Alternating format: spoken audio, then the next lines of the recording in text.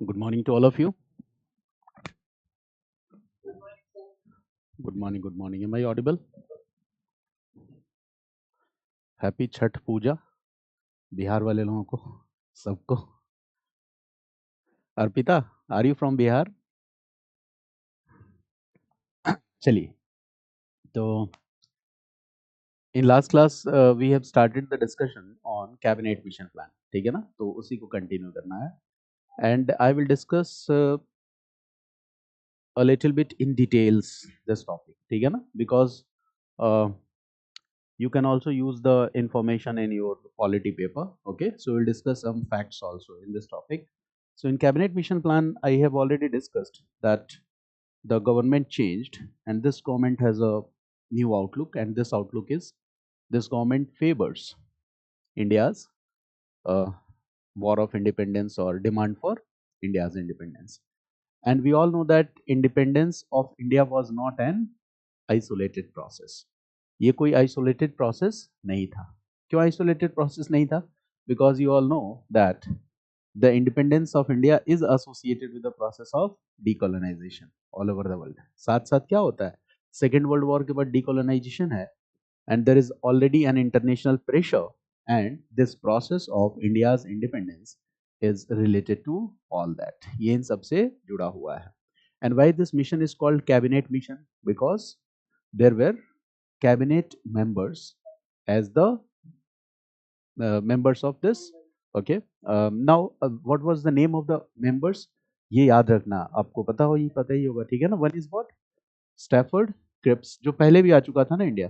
ठीक है ना. The second is A V Alexander and the third name is Pethick Lawrence. ठीक है ना, ये तीन नेम्स थे. फिर मैंने कहा था कि cabinet mission plan we can divide it into how many parts? 3 part. सबसे पहले इस बात को समझो कि गवर्नमेंट का, ब्रिटिश गवर्नमेंट का क्लेम क्या है. What is the claim of the British government when cabinet mission arrives in India? This is a serious negotiation. Clear?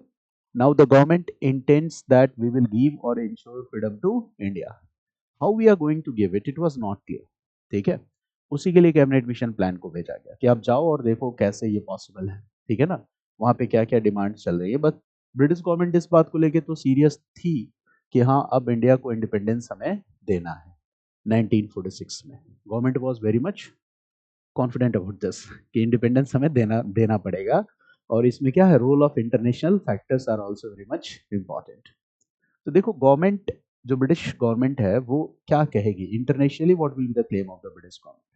The British government will make the claim, ठीक है, कि हमें क्या करना है, इंडिया को इंडिपेंडेंस देना है. दूसरी चीज, हम ये चाहते हैं कि जब हम इंडिया को इंडिपेंडेंस दें, ठीक है ना, when we are giving independence to India, we want a united India. This will be their claim. और शुरू से आपको पता है कि क्लेम और जो प्रैक्टिकल स्टेप्स होते थे, दोनों में जमीन आसमान का अंतर होता था. तो उनका ये कहना था कि अगर वीक डिवाइडेड इंडिया बनेगा, ठीक है, तो कहीं ना कहीं ये ब्रिटेन पे हमेशा एक क्वेश्चन मार्क होगा कि ब्रिटेन ने जो process of independence of India है इसको मॉनिटर ठीक ढंग से नहीं किया. इसी वजह से इंडिया क्या हो गया, ठीक है, डिवाइडेड हो गया, इंडिया का पार्टीशन हो गया.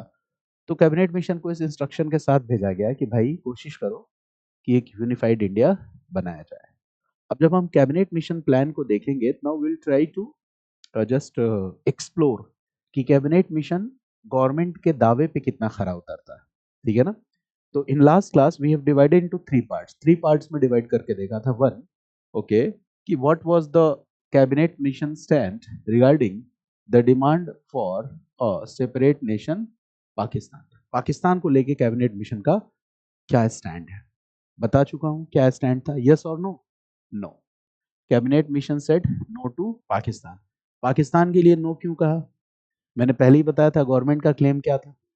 अब आप रिलेट कर पा रहे हो what was the government's claim. That's why they are saying no to Pakistan. और इनके जो आर्गुमेंट्स हैं why they are saying no to Pakistan, these arguments are also very much valid.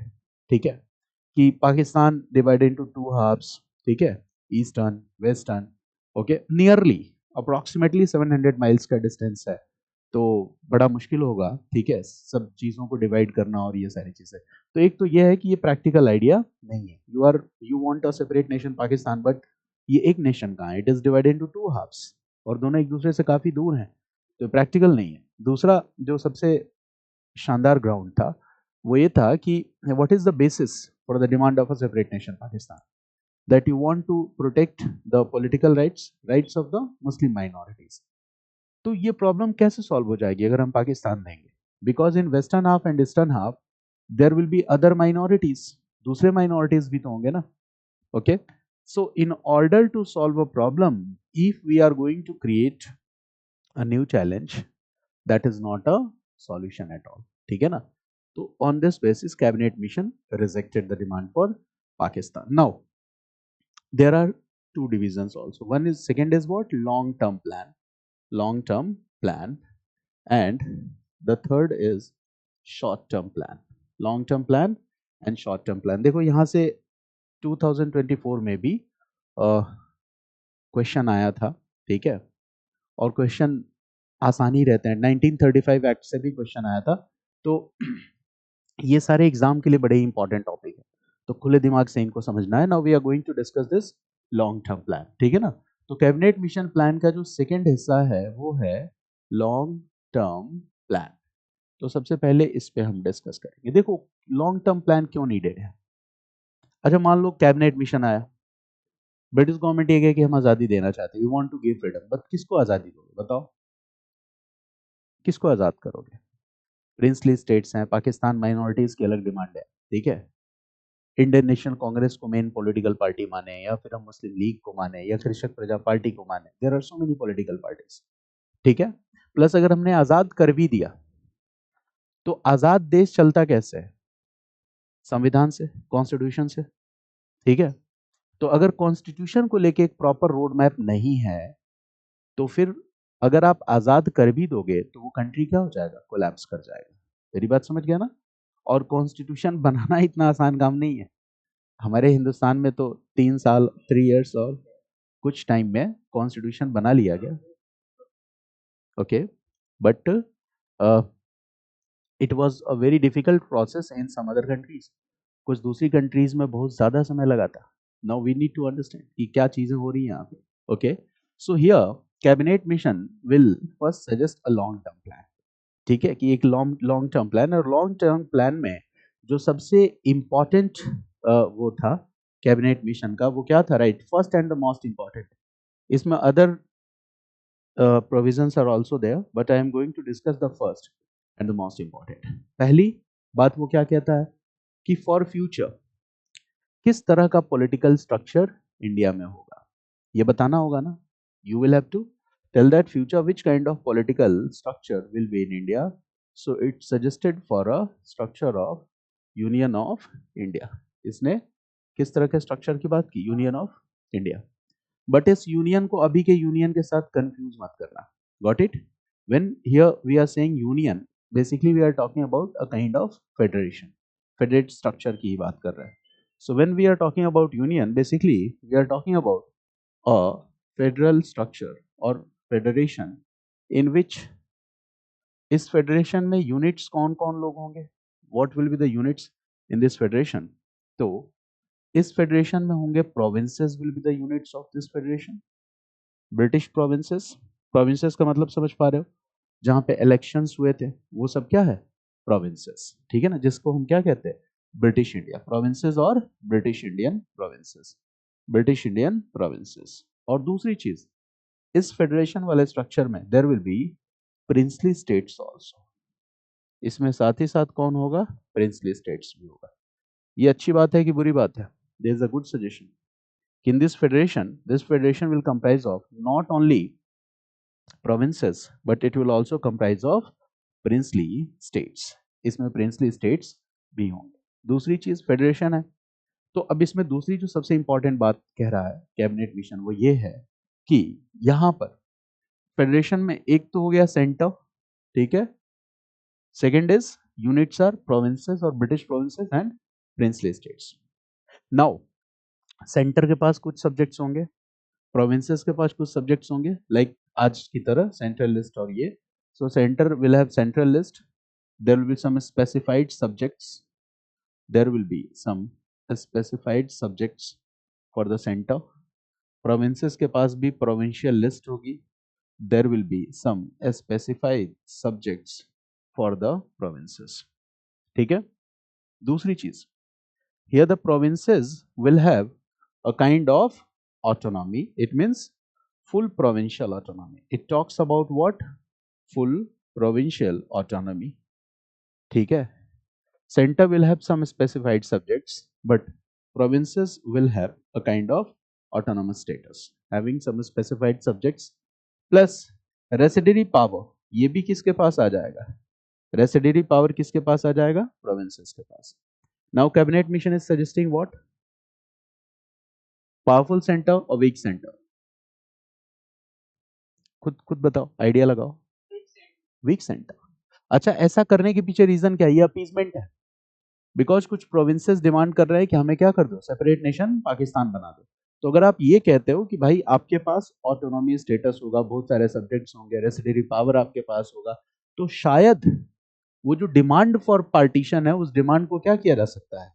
टाला जा सकता है. मेरी बात समझ गया ना? This demand could be ignored. यही तो रीजन हो सकता है. और क्या लॉजिक हो सकता है? There can be no any other logic. Okay, so this is the structure. ये फेडरेशन में write this, it means powerful provinces. Which structure it is advocating? The powerful provinces. Because यहाँ पे provinces provincial autonomy है. ठीक है, तो powerful provinces है. Now the second important point here is that okay, अब ये provinces है ना, यहाँ भी क्या है? grouping of provinces. अब provinces में भी क्या कर दिया? एक नया clause जोड़ दिया, and that is what? grouping of provinces. grouping of provinces. This is a new clause, grouping of provinces. And what is this grouping of provinces? So simply मान लेते हैं कि these are okay British Indian provinces. तो grouping of provinces means what? grouping of provinces means what? तो देखो, provinces will be grouped like this: group A, group B, group C. ठीक है, ऐसे grouping कर दो provinces की. ठीक है. ग्रुप A में okay, Hindu majority provinces will be kept in group A. Hindu majority provinces को कहाँ रख दो? group A में. Hindu majority provinces kept in group A. ठीक है. उसके बाद देखो, Muslim majority provinces in north west. Muslim majority provinces in north west. North west में जो मुस्लिम मेजॉरिटी प्रोविंसेस है कहाँ रख दिया? ग्रुप बी में. इसी तरह से ईस्ट में आ जाओ और नॉर्थ ईस्ट में, है ना? तो Muslim majority provinces in north east और east will be kept in group C. इनको कहाँ रख दिया? ग्रुप सी में. जैसे ग्रुप ए में कौन कौन से स्टेट्स आएंगे? ओके, तो if you want to write you can write here. For example Bihar, for example central province, Bihar central province. ठीक है ना? United province, Bihar central province, united province. Okay, Madras will come, Orissa will come, Madras will come, Orissa will come. ये सारे Hindu majority provinces. ठीक है. अच्छा, इधर आ जाओ ग्रुप बी में. ठीक है, तो पंजाब विल कम. ठीक है, north west frontier province will come, Sindh will come. Okay, east में अगर आप आ जाओ तो बंगाल हो जाएगा. ठीक है, असम हो जाएगा, बंगाल असम. ठीक है, इस तरह से स्टेट्स आ जाएंगे. Got it? बॉम्बे भी, बॉम्बे तो इधर आ जाएगा ना. ठीक है, ग्रुप ए में Bombay will come group A. Bombay, Madras, ठीक है ना, central province, united province, Bihar, Orissa, ये सारे स्टेट्स ग्रुप ए में. Hindu majority states, then Muslim majority states in north west, Muslim majority states in east और north west. Now what is important here? States have been grouped in such a manner that here group B plus group C is equal to, इन्हीं दोनों को तो मिला के क्या था? Demand for Pakistan. So this regrouping has been done in such a way that on one side cabinet mission has rejected the demand for Pakistan, and on the other side it has prepared a substance or blueprint of Pakistan. अगर ऐसे grouping करोगे तो कल के date में क्या इस बात के चांसेस नहीं है कि ग्रुप बी और ग्रुप सी के कुछ स्टेट्स मिलकर प्लस उनके पास प्रोविंशियल ऑटोनॉमी पावर ज्यादा है, तो क्या ये चांसेस है कि इन फ्यूचर disintegrating tendencies को promote किया जा सकता है? Yes, there was greater chances. So what is plus there will be another category that is called chief commissioners provinces. एक और कैटेगरी होगी chief commissioners provinces. Chief commissioners provinces. Do you understand? Now what is important here? Indian National Congress will oppose it or not? Indian National Congress will oppose it. Indian National Congress कहेगी कि भाई ये सही नहीं है. क्यों सही नहीं है? Because this is okay, on one side you are saying no to Pakistan, and on the other side you have created a blueprint for Pakistan. B plus C, group B plus group C is equal to what? Pakistan. And Muslim League will accept it or reject it. Muslim League will say हमें blueprint नहीं चाहिए, हमें क्या चाहिए? पाकिस्तान चाहिए. Blueprint क्यों दे रहे हो? सीधा सीधा दे दो पाकिस्तान. तो मुस्लिम लीग ऐसे रिजेक्ट करेगी, इंडियन नेशनल कांग्रेस ऐसे रिजेक्ट करेगी. Do you understand? ओके, तो you can write here one point that INC criticized the regional grouping system that was offered by cabinet mission. INC criticized it. INC criticized the regional grouping of provinces that was offered by cabinet mission. INC criticized the regional grouping of provinces that was offered by cabinet mission. ठीक है, इसको criticize किया and said that okay, it is like giving a blueprint document or substance for Pakistan. It is like giving a blueprint document and substance for Pakistan. Blueprint document or substance for Pakistan. ये तो blueprint document substance for Pakistan. We cannot accept it. And Muslim League read this. Muslim League, okay, criticized it because there was no clear acceptance of demand of Pakistan. Muslim League इसलिए criticize करेगी.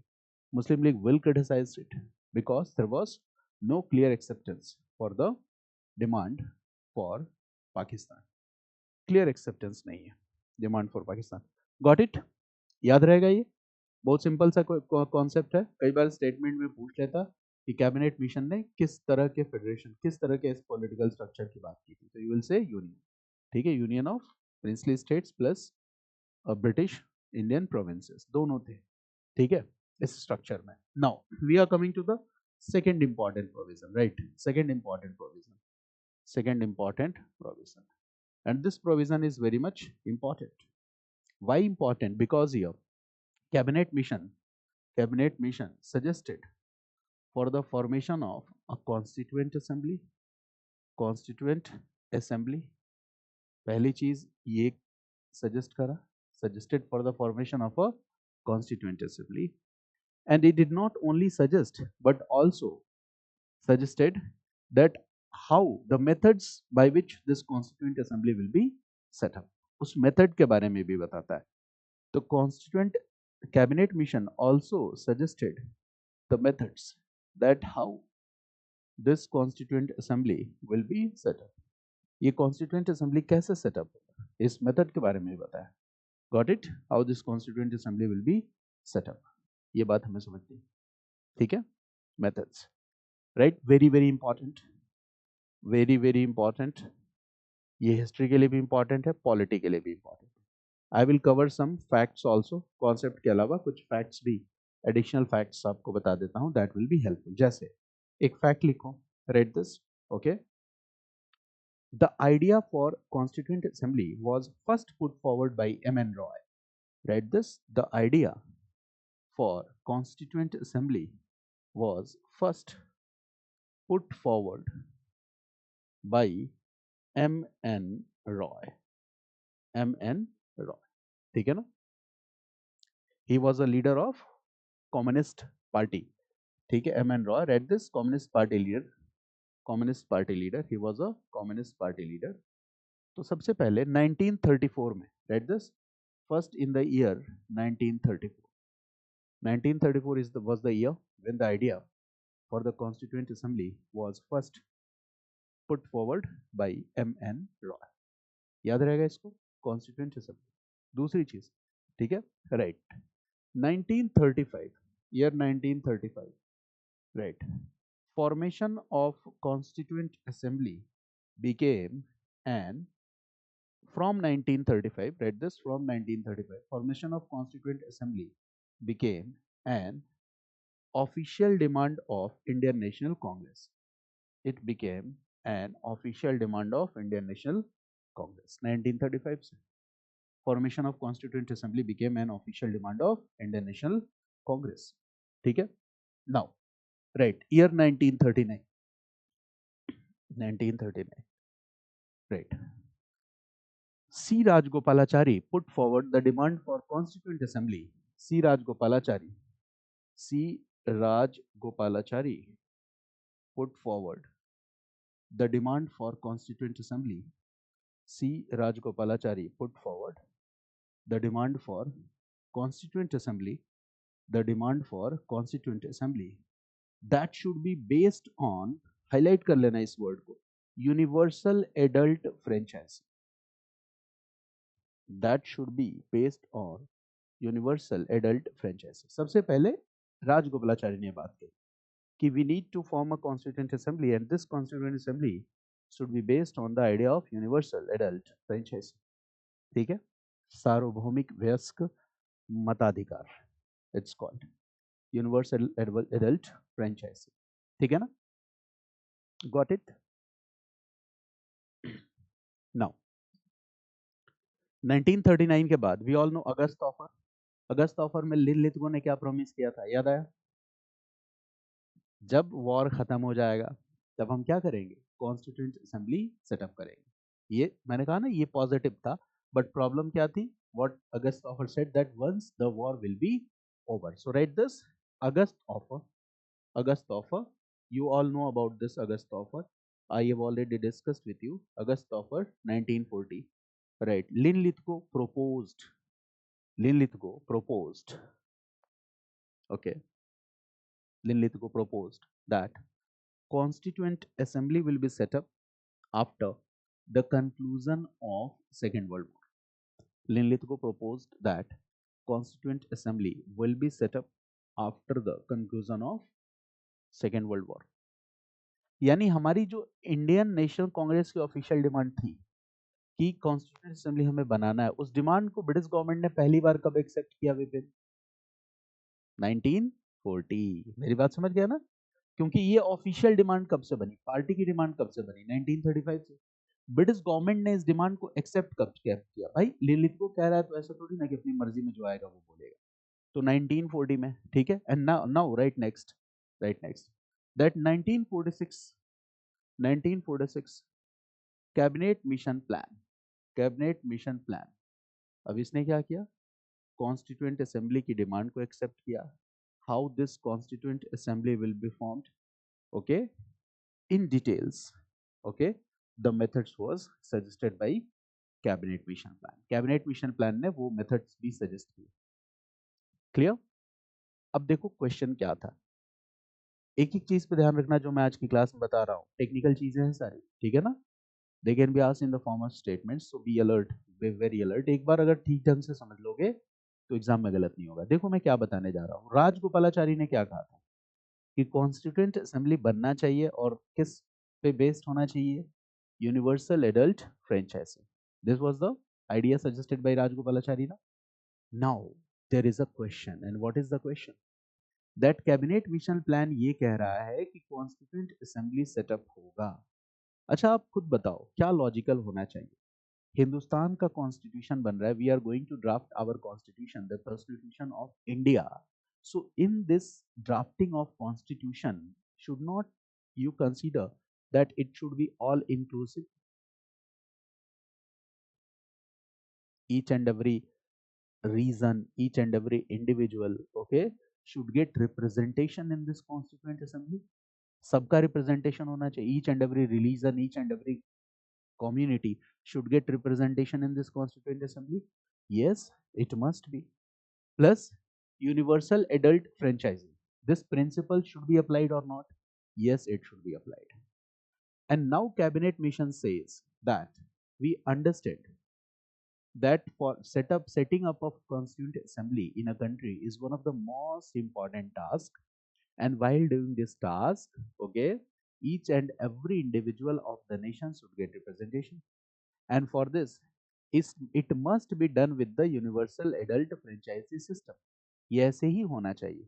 But the problem with us is that we don't have sufficient time and we are in a phase of transition, so we cannot conduct direct elections for the members to get elected in the constituent assembly. का ये हमारी मजबूरी है कि हम direct election नहीं conduct करा सकते इसके लिए दूसरी चीज, ठीक है, यूनिवर्सल एडल्ट फ्रेंचाइजी के प्रिंसिपल को भी हम अभी अप्लाई नहीं कर पाएंगे, तो ये हमारी मजबूरी है. तो क्या तरीका है, what is the method? Method देखो क्या है. Method is cabinet mission said that 1945-46 1945-46 general elections, read this structure draw करो. General elections have been conducted in India. India में जनरल इलेक्शंस हुए हैं 1945-46. General elections have been conducted in India, and in provinces on the basis of this election, on the basis of this election, on the basis of this election, ठीक है, provincial legislatures, provincial legislatures, provincial legislatures has been, provincial legislatures has been created in provinces. Provincial legislatures has been created in provinces.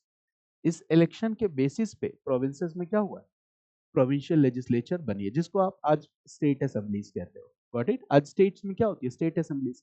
वैसे यहाँ पे Bombay is a province, तो on the basis of this election Bombay में क्या बनी होगी, provincial assembly. In the same way Orissa में, बिहार में, बंगाल में, सब जगह प्रोविंशियल लेजिस्लेचर्स बने थे. और 1945-46 इलेक्शंस के बिहाफ पे दूसरी इंपॉर्टेंट चीज, in these elections universal adult franchise was followed or not? The answer is no. Limited franchise. These elections of 1945-46 were based on, read this, limited franchise. These elections were based on limited franchise and communal electorates. These elections were based on limited franchise and communal electorates. ठीक है, communal electorates, ठीक है ना. It means universal adult franchise, this method was not followed here. Limited franchise and communal electorates, this method was applied. यही वाला method apply किया गया है. समझ पा रहे हो मैं क्या कह रहा हूँ? ठीक है, यहाँ पे तो मेथड ये अप्लाई हुआ है, यानी यूनिवर्सल एडल्ट फ्रेंचाइजी अप्लाई नहीं हुआ है. Now the question is that अब हम कॉन्स्टिट्यूएंट असेंबली बनाएंगे कैसे? क्या कॉन्स्टिट्यूएंट असेंबली के लिए, for example constituent assembly means what? It is a body which will draft the future constitution for India. This is the meaning of constituent assembly. Write this: constituent assembly will be a body which will draft the legislation, which will draft the legislation for the future constitution of India, which will draft the legislation for the future constitution of India. It will be a body which will draft the legislation for the future constitution of India. Okay, now the question is, this body will be elected or nominated? पहली चीज ध्यान से समझना, constituent assembly एक body होगी, जैसे मान लो हम सब लोग मिलकर कॉन्स्टिट्यूएंट असेंबली बना रहे हैं, so this body will be called constituent assembly. This is the body. Members कहां से आएंगे? क्या इसके लिए नए इलेक्शंस होंगे? Will there be fresh set of elections? Cabinet mission said no, हमारी मजबूरी, इलेक्शन करा नहीं सकते. Okay, so write this. Okay, there will be no constituent assembly. Write this: no fresh set of elections will be held. No fresh set of elections will be held. No fresh set of elections will be held. Okay, ये possible नहीं है. This is not possible, this is not feasible. अच्छा, constituent assembly में जो members आएंगे, अब आपसे एक कॉमन बात पूछता हूं, क्या ये केवल प्रोविंसेस से आएंगे या प्रिंसली स्टेट से भी आएंगे? इसके पहले वाला स्ट्रक्चर देखो, लुक एट दिस स्ट्रक्चर. ठीक है, in constituent assembly The members will come from only provinces or from princely states also. Princely states also, क्योंकि यहाँ पे जो यूनियन की बात की गई है उसमें तो दोनों है ना, प्रोविंसेस भी है और प्रिंसली स्टेट्स भी हैं। तो एक क्लियर हो गया यहाँ पे कॉन्सेप्ट आपका कि in constituent assembly, write this, the members will be from provinces, as well as from princely states. The members will be from provinces as well as princely states. ठीक है, provinces से भी members होंगे, princely states से भी members होंगे. The members will be from provinces as well as princely states. अब बताओ इलेक्शन कहाँ हुआ है 1945-46 में? प्रोविंसेस में हुआ है. प्रिंसली स्टेट्स में क्या इलेक्शन? कोई इलेक्शन नहीं हुआ. It means write this, elections were conducted here in provinces. ठीक है, इलेक्शंस तो यही हुआ था. प्रिंसली स्टेट्स में नो इलेक्शन. यहाँ तो कोई इलेक्शन होगा ही नहीं. यहाँ तो क्या होगा? कोई इलेक्शन नहीं होगा. अब आप बताओ कि प्रोविंसेस से जो मेंबर्स आएंगे वो मेंबर्स कैसे होंगे, इलेक्टेड या नॉमिनेटेड? एग्जैक्टली, क्योंकि यहाँ इलेक्शन हुआ है तो from provinces the members who will come they will be elected members. अच्छा, प्रिंसली स्टेट से जो मेंबर्स आएंगे दे विल बी इलेक्टेड और नॉमिनेटेड. कोई इलेक्शन नहीं हुआ तो नॉमिनेटेड. ठीक है, तो प्रिंसली स्टेट से the members who will become part of this constituent assembly will be nominated members. Nominated members. यहाँ से क्या आ जाएंगे?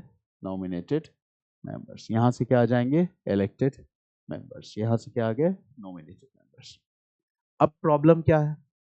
इलेक्शन पहले से ही हो चुका है, दोबारा इलेक्शन करवाना नहीं है, तो मेंबर्स कैसे आएंगे? तो पहली चीज देखो, दो बातें हैं इसमें. देयर आर प्रोविंशियल लेजिस्लेचर्स, जैसे मान लो कि बॉम्बे हो गया, मद्रास हो गया, उड़ीसा हो गया, यूनाइटेड प्रोविंस हो गया, सेंट्रल प्रोविंस हो गया. All these places there are provincial legislatures. हर जगह प्रोविंशियल लेजिस्लेचर है. और प्रोविंशियल लेजिस्लेचर्स में there are elected members in the provincial legislature. Provincial legislature में कैसे मेंबर्स हैं? Elected members, because there were elections on the basis of limited franchise and communal election. Now these elected members will further elect the members of constituent assembly. ठीक है ना? जैसे मान लो Bombay province है और बॉम्बे प्रोविंस ने 3 लोगों का नाम सजेस्ट किया, आकाश का, विपिन का और शताक्षी का, या और भी लोग. तो the elected members of Bombay provincial legislature will further elect the members of constituent assembly. यही होगा ना? समझ पा रहे हो मेरी बात को? So write this, the elected members of, write this, the elected members of PLAs, provincial legislative assemblies, will further elect members of constituent assembly. The elected members of provincial legislative assemblies will further elect the members of constituent assembly. The elected members of provincial legislative assembly will further elect the members of constituent assembly. Now tell me, this is direct election or indirect election? क्या है? Indirect election. Are people participating directly in these elections? No. Elective representatives of people are participating. So this is what? Indirect election. So write this. This is what? Indirectly elected. It means members of constituent assembly are indirectly elected plus they are nominated. कितना आसान है? Members of constituent assembly are indirectly elected. Why they are indirectly elected? Because from provinces, the members of provincial legislative assembly will further elect the members for the constituent assembly. Here people are not directly participating in these set of elections, and that's why this is called indirect election. So which system is applied here? System of indirect election is applied here. Universal adult franchise is applied here or not? देखो कितनी छोटी छोटी बातें हैं, prelims में आ सकता है कि नहीं? यूनिवर्सल एडल्ट फ्रेंचाइज अप्लाई हुआ कि नहीं होगा? नहीं. यहाँ पे कौन सा प्रिंसिपल अप्लाई हुआ? Limited and communal electorates. And in prelims such technical things are being asked. कितनी आपकी अंडरस्टैंडिंग है? UPSC exam is all about this. Facts तो हमें जानना है, but once we understand the concept, remembering facts become easier. अच्छा, nominated members कहाँ से आ रहा है? प्रिंसली स्टेट से। Now INC will have an objection, Indian national Congress को ऑब्जेक्शन होगा। किस बात का ऑब्जेक्शन होगा? अब आप गेस करो, बताओ। INC is exactly, INC is okay with this system, but INC will say that this is not good. Princely state से नॉमिनेटेड मेंबर्स आएंगे, और मतलब इसका मतलब आप ये कहना चाहते हो कि प्रिंसली स्टेट अपना इंडिपेंडेंट स्टेटस और प्रिविलेज मेंटेन रखेगा? इस पे तो आप साफ साफ कह नहीं रहे हो। मेरी बात समझ गया ना? क्योंकि पहले वाले स्ट्रक्चर में क्या कहा? Provinces plus princely states, and here what are you saying? That from princely states nominated members will come. तुम स्पेसिफाई ना कि कब तक ऐसा होगा। ऐसे तो प्रिंसली स्टेट्स का इंडिपेंडेंट एग्जिस्टेंस बना रह जाएगा, ठीक है। इंडिया का पार्टीशन नहीं होगा, लेकिन बाकी प्रिंसली स्टेट्स का क्या होगा, क्या सिचुएशन होगी? क्या ये यूनिफाइड इंडिया हो पाएगा? नहीं हो पाएगा। तो इंडियन नेशनल कांग्रेस का कहना था कि yes, this is progressive system, ये अच्छा है, बट ये अच्छा नहीं है। दिस इज, तो you can write here that INC criticised, INC, here you can write that INC criticized this part. INC criticized this part. INC criticized this part. INC criticized this part. INC ने क्या किया? इस part को criticise भी किया, ठीक है। And explain भी कर सकते हो that a provision of nominated members from the princely states was criticized by INC.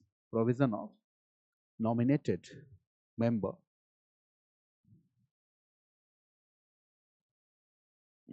okay, provision of nominated members from the princely states was, okay, criticized by INC. इतनी चीजें क्लियर हुई। Now there is a problem. Problem क्या है? In constituent assembly there are different British provinces. जैसे मान लो यहाँ पे मैं एग्जांपल लिखता हूँ, one is Bombay, one is united province, one is central province, one is Orissa, one is Bihar, one is Bengal. The size of the states are the same और different. Provinces के साइज और पॉपुलेशन क्या है? डिफर करते हैं, ठीक है। It means it is very clear that the size and population of these provinces differ. You can write here that size and population of these different provinces differ. These different provinces differ, ठीक है। अच्छा, princely states भी हैं, the size and population of princely states also differ, ठीक है ना। The size and population of princely states also differ, the size and population of princely states also differ. समझ गए मेरी बात को? सारे प्रिंसली स्टेट्स की पॉपुलेशन तो एक जैसी नहीं है। अब सवाल ये है कि what should we do? Should we give equal representation to all the provinces and princely states in the constituent assembly? क्या ये प्रैक्टिकल होगा? नहीं। So what should be the basis और the criteria for this? Okay, so population was selected as the basis or criteria to write this. For giving representation, for giving representation in constituent assembly, population was selected as the basic criteria. Population was selected as the basic criteria. Population was selected as the basic criteria. It means कैसे ये होगा? So write this. 10 lakh population is equal to 1 member. 1 million population is equal to 1 member of constituent assembly. Very simple. 10 lakh or 1 million. 10 lakh or 1 million population will be 1 member of constituent assembly. ठीक है ना? 10 lakh population is equal to 1 member of constituent assembly. जैसे मान लो कि if Bombay has a population of, मान लेते हैं कि बॉम्बे का पॉपुलेशन 58 lakhs है, तो यहाँ पे कितने मेंबर आ जाएंगे? 6। मतलब 55 प्लस माइनस, समझ गया ना? ठीक है, वो एक मिड वो निकाल कर, अगर मान लो किसी प्रोविंस की पॉपुलेशन 20 lakhs है, तो कितने मेंबर आ जाएंगे? 2 from in the constituent assembly. कहीं पे पॉपुलेशन अगर मान लो कि 80 lakhs है, तो कितने मेंबर आ जाएंगे? 8। इन दिस वे कॉन्स्टिट्यूएंट असेंबली में उस स्टेट का रिप्रेजेंटेशन होगा, तो सबका रिप्रेजेंटेशन होगा, so it will be all inclusive, ठीक है। सारे स्टेट से मेंबर्स आएंगे। But there was a problem, and what is the problem? The religion, the religious composition, caste composition also very. यही तो प्रॉब्लम है ना डाइवर्स नेशन होने का।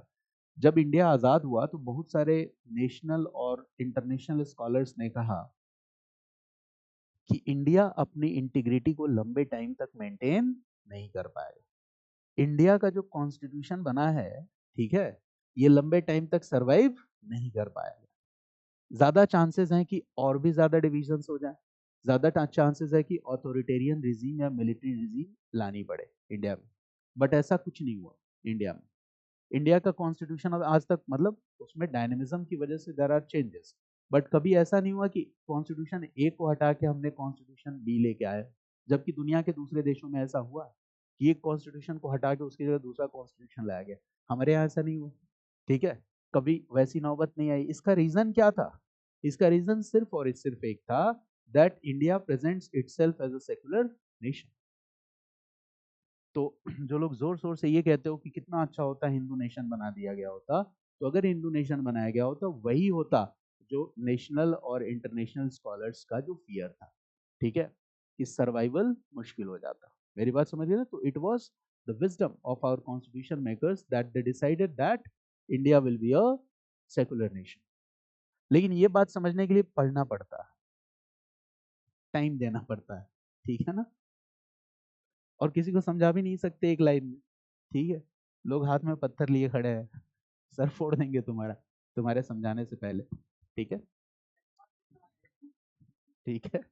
चलिए, तो are you getting my point? Population will be criteria plus जो उसमें जो भी कास्ट कंपोजिशन होगा पॉपुलेशन में, तो उस प्रोपोर्शन में मेंबर्स के साथ एडजस्ट कर लिया जाएगा। जैसे मान लो कि हम एग्जांपल ले लेते हैं बंगाल का, कि अगर बंगाल में मुस्लिम पॉपुलेशन 40% है और अगर टोटल सीट्स 6 हैं, तो उसके बेसिस पे मुस्लिम सीट्स को अकोमोडेट कर दिया जाएगा कॉन्स्टिट्यूएंट असेंबली में। इतनी सिंपल सी बात है। So in this way constituent assembly will be formed. Got this idea? अब चलो, अब आपसे कुछ चीजें मैं पूछ रहा हूँ फॉर प्रीलिम स्टेटमेंट। पहली चीज, constituent assembly was set up in India on the basis of which plan? Cabinet mission plan, ठीक है। This cabinet mission plan, the constituent assembly which was set up, so in constituent assembly, the members were taken only from the provinces. Incorrect. Members were taken from provinces as well as princely states. From provinces, which kind of members were taken? Elected. From princely states, which kind of members were taken? Nominated. ठीक है ना? Now, the second important point, that the system of election here is direct election or indirect election. So the system of election is indirect election. ये indirect election है, direct election नहीं है। Candidates of the elected candidates of PLAs are further electing members of constituent assembly. ठीक है, ये चीज है। No fresh set of elections will be held because it was not practical or already 45-46 में general elections were okay already done. Now the criteria will be what? The criteria will be population. और कितना होगा population? 1 million is equal to 1 seat, ठीक है। This criteria will be applied on provinces also, this criteria will be applied on princely states also. ऐसे revise करा करो mathematics की तरह, जो सेंटेंसेस बुक में लिखी गई हैं उनको फिल्टर कर लेना, ठीक है ना, and then you will have to read it multiple times. Clear? And what about the communal compositions, the compositions of different religious and groups? So you will say that that will further be accommodated. दूसरी चीज, here universal adult franchise, this principle was applied or not? What will be the answer? Not applied. Why it was not applied? Because in general elections of 1945-46, okay, what was followed? क्या follow किया गया था यहाँ? तो limited franchise plus communal electorates. इसी के basis पर PLA के मेंबर आए थे और उन पीएलए के मेंबर ने क्या किया था? कॉन्स्टिट्यूएंट असेंबली के मेंबर को, ठीक है, इनडायरेक्टली इलेक्ट किया था। सो this is the plan, okay. So this will be the plan. Now this proposal was accepted कि हाँ हम कॉन्स्टिट्यूएंट असेंबली बनाएंगे इस सिस्टम पे based. So write this proposal was accepted, ठीक है। And as a result, now again you will write some facts. These are facts, these are important facts for the exam, and on the basis of this write some dates. One is 9 December 1946. ये बहुत ही important dates है, I think पहले से भी आपको शायद पता हो। 9 दिसंबर 1946 यहाँ क्या हुआ था? first meeting of Constituent Assembly.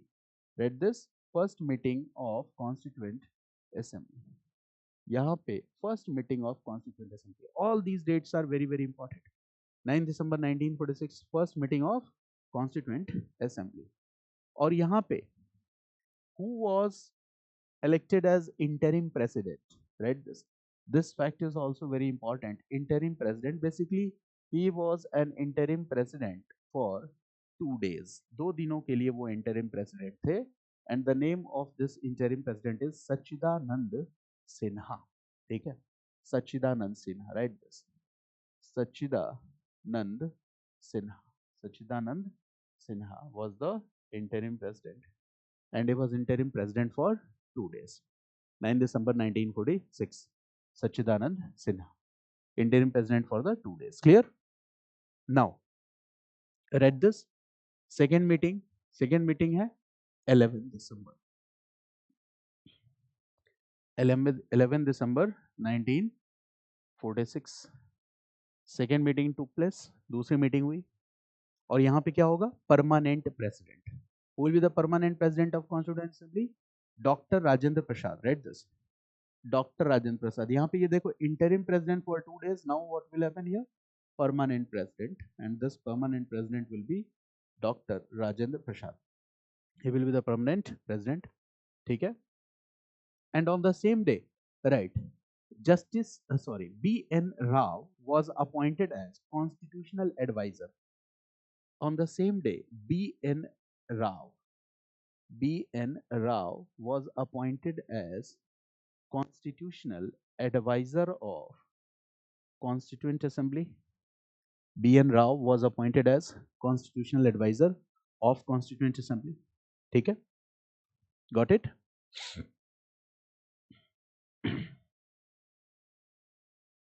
Constitutional advisor. चलिए इसके बाद आ जाइए 13th December 1946. 13th December 1946. This date is also very important. Read this. Okay. Objective revolution. Jawaharlal Nehru moved the famous objective resolution. उद्देश्य प्रस्ताव. This is very important. Jawaharlal Nehru moved the famous objective resolution. Jawaharlal Nehru moved the famous objectives resolution. Objectives resolution. उद्देश्य प्रस्ताव. जवाहरलाल नेहरू ने पास किया उद्देश्य प्रस्ताव objectives revolution. ठीक है? और यही ऑब्जेक्टिव्स रिवॉल्यूशन आगे चल के क्या बन गया? Preamble of constitution. ठीक है ना? So write this letter. The same became preamble of our Indian constitution. Objective resolution. The same became preamble of our Indian constitution. Preamble of our Indian Constitution. The same became, okay, preamble of our Constitution. इसके बाद right next 22nd July 1947. 22nd July 1947. Right. National flag was adopted. 22nd July 1947. National flag was adopted. Then 15th August 1947, you all know this, India gained independence.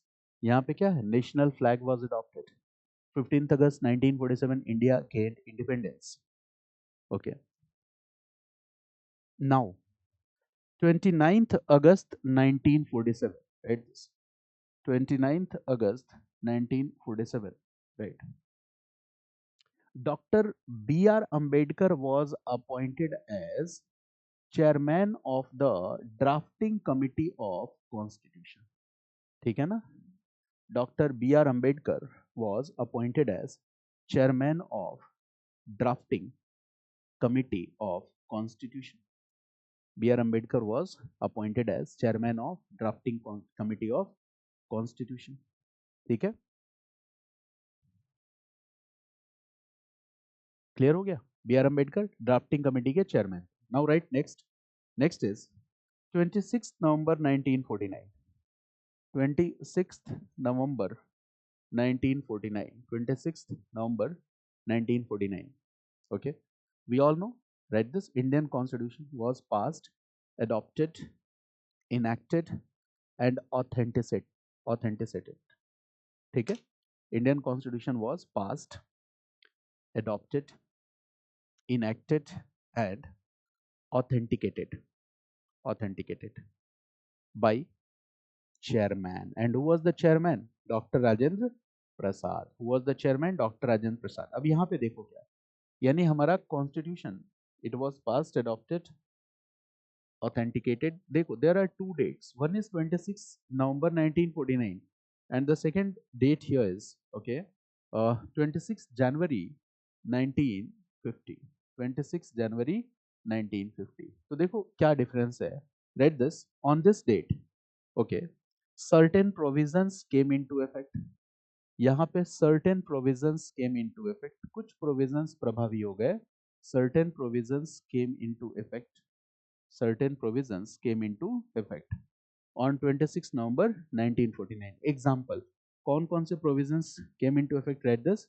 They were provisions related to elections, ठीक है, provisional, हाँ, citizenship elections, like citizenship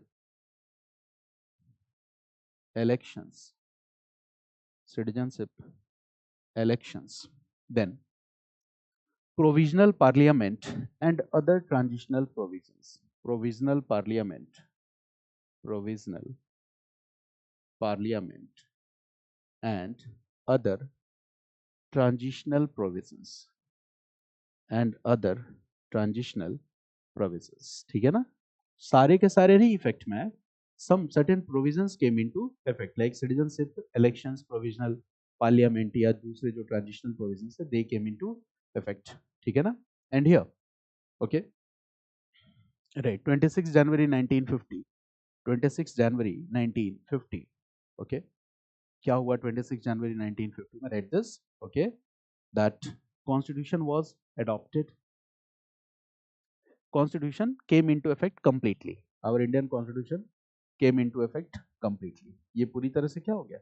It came into effect, ठीक है, it came into effect. And when our Indian constitution came into effect completely, it came into effect completely, it means what? This is what? Purna Swaraj, status of Purna Swaraj. तो 1930 में we raised the demand for the complete independence, पूर्ण Swaraj, attainment of पूर्ण Swaraj. and here पूर्ण स्वराज हमें हमारे पास कब है? आजादी मिली 47 को, एंड पूर्ण स्वराज 26 जनवरी 1950. So it took almost 20 years. So this is what? पूर्ण स्वराज, ठीक है ना. याद रहेगा आपको. ओके, नाउ कुछ और आगे बढ़ते हैं. Now I hope you have understood long term provisions क्या है of the constituent of cabinet mission plan. Each and everything is clear. चलिए, इसके बाद now we are coming to the short term provision. Right, short term provision. The next is short-term provision. Short-term provision. Here also I will discuss some facts with you, and these facts are important. Simple facts हैं, but they are asked in all the exams. ठीक है ना? SSC, banking, कहीं भी ये सब facts उठा के पूछते रहते हैं. तो आपको तो तैयार रहना होगा. UPSC is the mother of all exam. कभी कुछ भी पूछ सकते हैं, ठीक है. तो जो दूसरे जानते हैं वो तो जरूर जानना है. उसके अलावा एनालिसिस, इंटरप्रिटेशन, ये जानना है आपको. इसीलिए कभी ये नहीं सोचना है, किसी को हल्के में नहीं लेना है. अगर एसएससी वाले बच्चे को फैक्ट्स याद है तो आपको भी याद होने चाहिए. मेरी बात समझ गया ना. ये नहीं कि नहीं नहीं ये तो तुम्हारा जोन है, मैं तो फैक्ट नहीं याद करता, मुझे सीधा सीधा कॉन्सेप्ट ही पता होता है. ठीक है, ऐसा नहीं करना है. Facts are equally important, concepts are equally important. This exam is a good mix of all these things. और जब आपका दोनों पे अच्छा कमांड होगा ना, तो कोई भी एग्जाम क्लियर करोगे. ठीक है, you will sit in state PCS, clear the exam.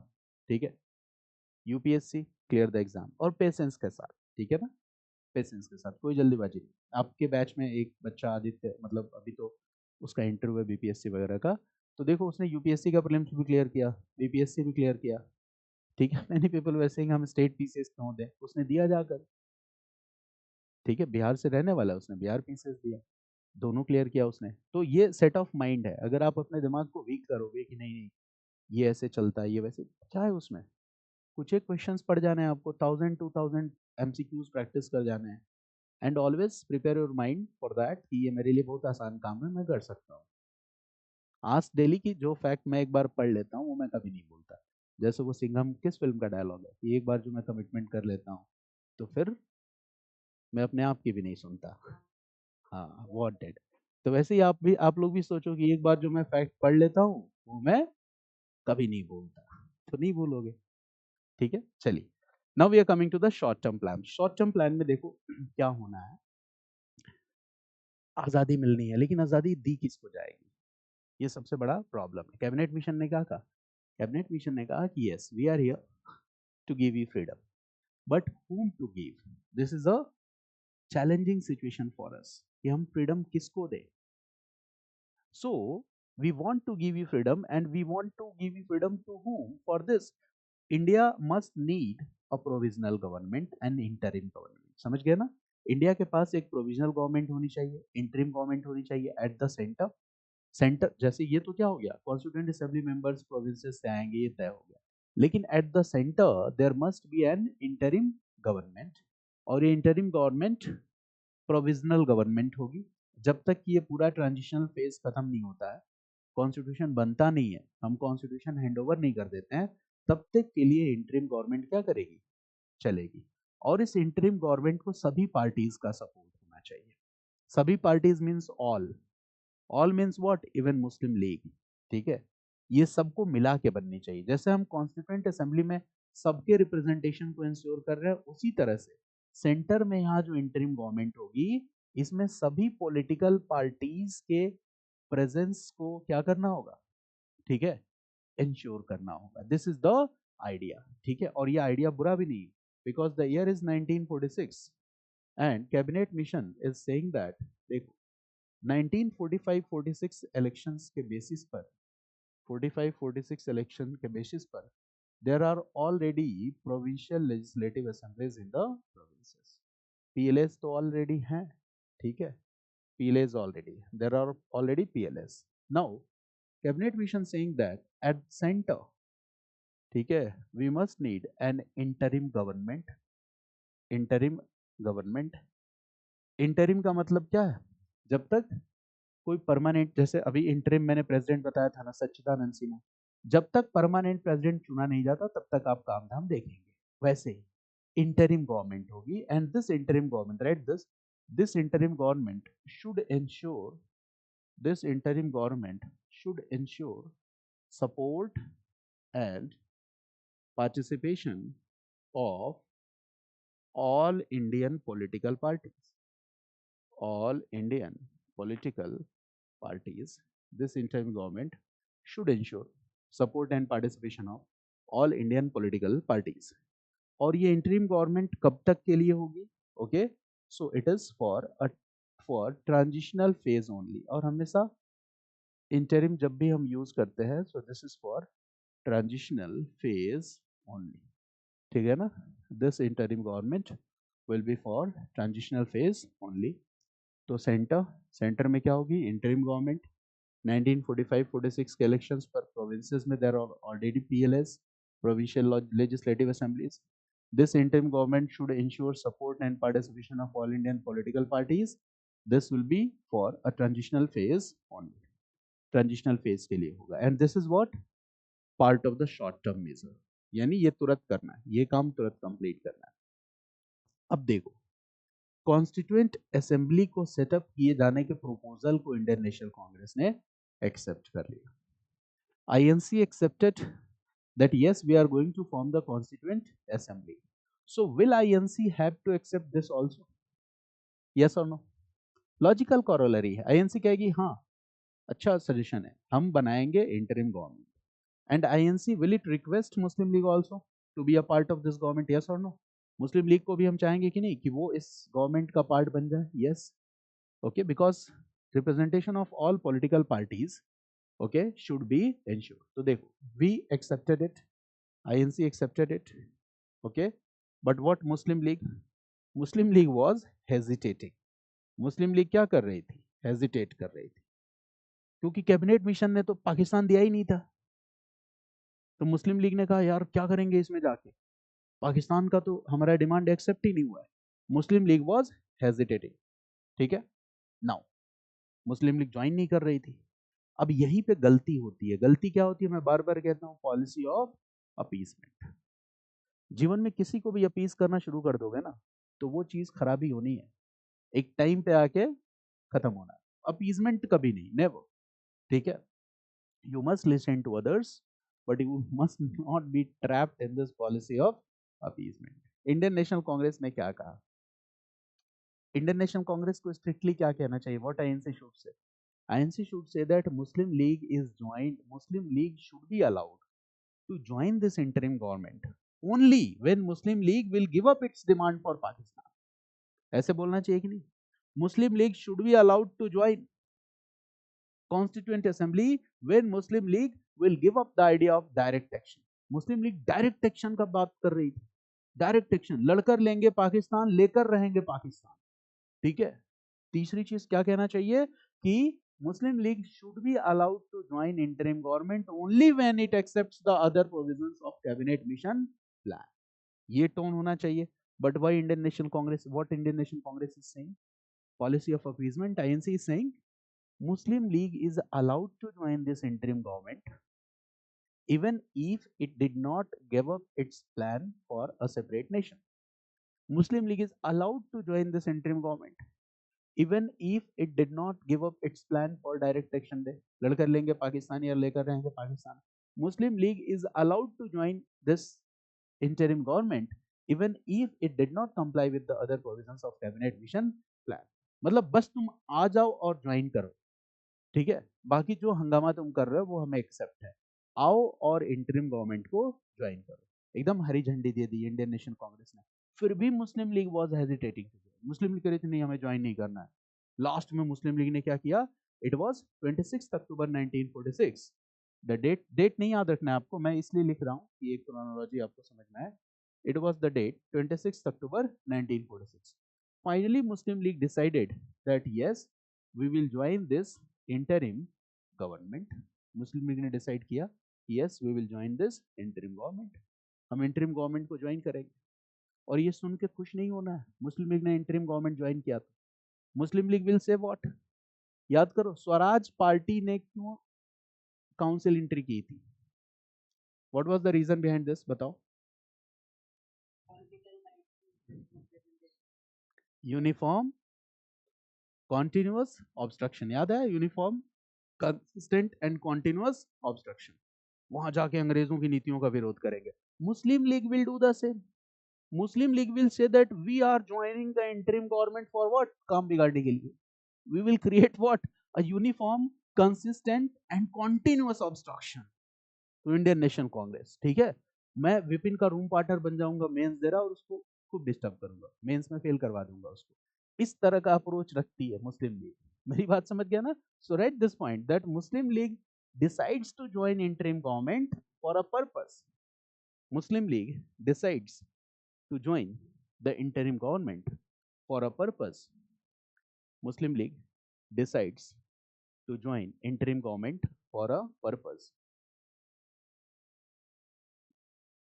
Muslim League decides to join interim government for a purpose. And what is the purpose? Highlight kar lo. The purpose of continuous the purpose of uniform continuous and consistent obstruction. ये वही formula है, ठीक है। Muslim league के लिए अंग्रेज हम ही थे, इंडियन नेशनल कांग्रेस, ठीक है ना। द पर्पस ऑफ, ठीक है, uniform continuous and consistent obstruction, मतलब इंटरिम सरकार का हिस्सा बन जाओ, डेली कुर्सी टेबल तोड़ो, एंटी कांग्रेस स्लोगन्स लगाओ, संत सदन में कोई काम मत होने दो, इसीलिए ज्वाइन किया, ठीक है। और अंदर बैठ के डिमांड करो कि हमें चाहिए क्या? पाकिस्तान, क्योंकि आपने पहले कंडीशन ही नहीं रखी थी कि ठीक है आप पाकिस्तान की मांग के साथ भी सदन में आ सकते हो। वो आएंगे पाकिस्तान का झंडा लेके सदन में, क्योंकि उनका पर्पस ही है continuous. Finally Indian national Congress इतना परेशान हो जाएगी कि इन Feb 1946, right this, okay, now Indian National Congress, okay, Indian National Congress realized its mistake because it was fed up with the, now Indian National Congress realized its mistake. Now Indian National Congress realized its mistake because it was fed up with the Indian National Congress realized its mistake, and now it was fed up with the disruptive practices of Muslim League. It was fed up with the disruptive practices of Muslim League. It was fed up with the disruptive practices of Muslim League. And finally, Indian National Congress, right? This and finally, Indian National Congress wrote a letter to Lord Webber. And finally, Indian National Congress wrote a letter to Lord Webber asking that Muslim League members should be asked to resign from interim government. Asking that Muslim League members should be asked to resign from Muslim League members should be asked to resign from interim government. Muslim League members should be asked to resign from interim government. ठीक है कि भगाओ मुस्लिम league में के members को interim government ने. वेबल was the viceroy, तो आप उससे रिक्वेस्ट कर रहे हो, पहले बुला रहे थे कि आ जाओ भैया आ जाओ, तुम्हारी सारी बातें एक्सेप्टेबल है, फिर कह रहे हो भाग जाओ यहाँ से, ये क्या है? ठीक है, यही तो है गलती. This is the mistake of Indian national Congress. ठीक है, चलिए ये तो बात आपने समझी. लेकिन इस इंटरिम गवर्नमेंट में okay, let's discuss a few more thing. Okay, तो इंटरिम गवर्नमेंट में क्या बताऊं आपको. हाँ चलिए, जैसे कुछ आपने प्रीलिम्स में कुछ फैक्ट सुने होंगे, जैसे Jawaharlal Nehru was the vice president given external affairs ministry Commonwealth relations in this interim government. Vallabhbhai Patel was the minister for home and information broadcasting. Liaquat Ali was the finance minister. Ghaznafar Ali Khan was the health minister. Baldev Singh was the defense minister. John Mathai was the finance minister. Asaf Ali Khan was the minister for the railways. Rajendra Prasad was the minister for food and agriculture. Labor ministry was with Dr. Jagjeevan Ram. Commerce ministry was with T.T. Chundrigar. ठीक है, इसी तरह से there are so many names. So sometimes questions are also asked from this part कि 1946 interim government important portfolios. तो ये update कर लेना आप लोग फैक्ट कहीं से, वहीं पे एक पेज पे लिख लो. ठीक है, दैट 1946 और अगर ऐसा कोई क्वेश्चन प्रीलिम्स में आया है तो इसी पेज पे अपडेट कर लेना interim government and you will write important portfolios. ठीक है ना, इंपॉर्टेंट पोर्टफोलियोज. एक दो लिखवा देता हूं जिससे आपको आइडिया लग जाए. राइट, JL नेहरू पोर्टफोलियो क्या क्या है? Write this: vice president, external affairs and Commonwealth relations. Vice president, external affairs and Commonwealth relations. In the same way, second is, bore तो नहीं हो रहे हो ना फैक्ट से, मैं इसलिए बता दे रहा हूं क्योंकि ये अगर अलग अलग हो जाएगा, आइसोलेट हो जाएगा तो समझने में प्रॉब्लम होता है. Right, now you can easily correlate. The second is, right, Vallabhbhai Patel, right, home ministry, और दूसरा information and broadcasting, home ministry, information and broadcasting, home ministry, information and broadcasting. Third, right, Baldev Singh, defense. Baldev Singh कौन सी ministry है? तो defence है. Baldev Singh defence. Right, fourth. Okay, John Mathai finance. John Mathai finance.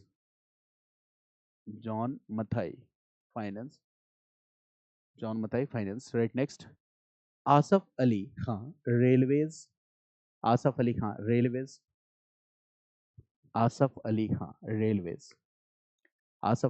Railways. Rajendra Prasad food and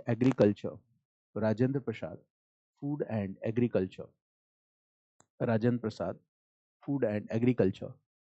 next, Jagjivan Ram labour.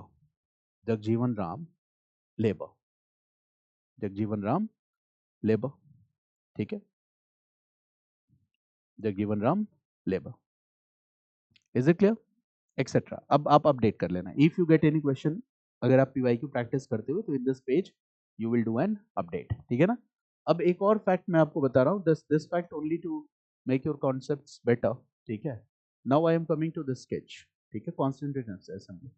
ठीक है, now the total number of members in the constituent assembly was 389. Total कितने थे? 389. तो you can write here total number of members in constituent assembly was 389. 389. Total 389 थे, in which 292 members were coming from provinces, जिसमें से 292 कहाँ से आए थे? provinces से. 292 from the provinces. ठीक है. 93 members were from princely states. 93 members were from princely states. 292 from provinces. 93 were from princely states.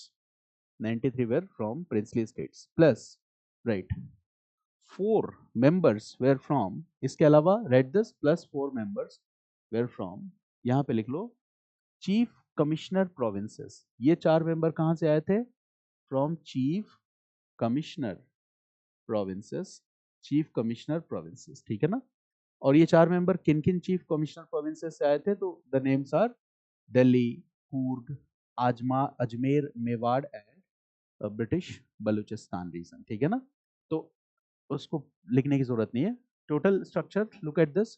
Total number was 389.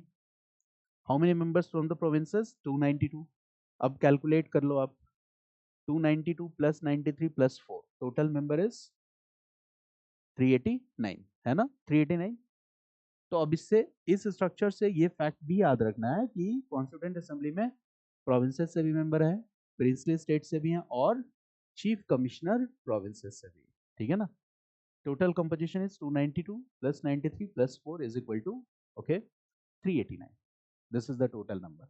कैसे इलेक्ट हुए? You all know this. ठीक है ना. सब कैसे इलेक्ट हुए? We all know this. ठीक है. Have you got this idea? This is what? Cabinet mission plan. Interim government के बारे में I have already discussed with you कि इंटरिम गवर्नमेंट होनी चाहिए. Okay, I have already discussed with you about the constituent assembly and all this. चलिए, so this is what? Cabinet mission plan. Okay, now एक और बात है यहाँ पे, you can also write this point. Okay, short term plan में you can add one more point. Okay,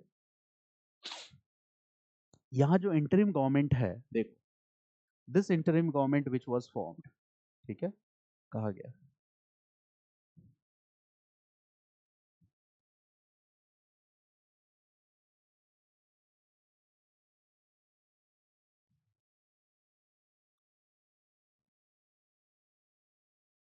we talked about the interim government ना.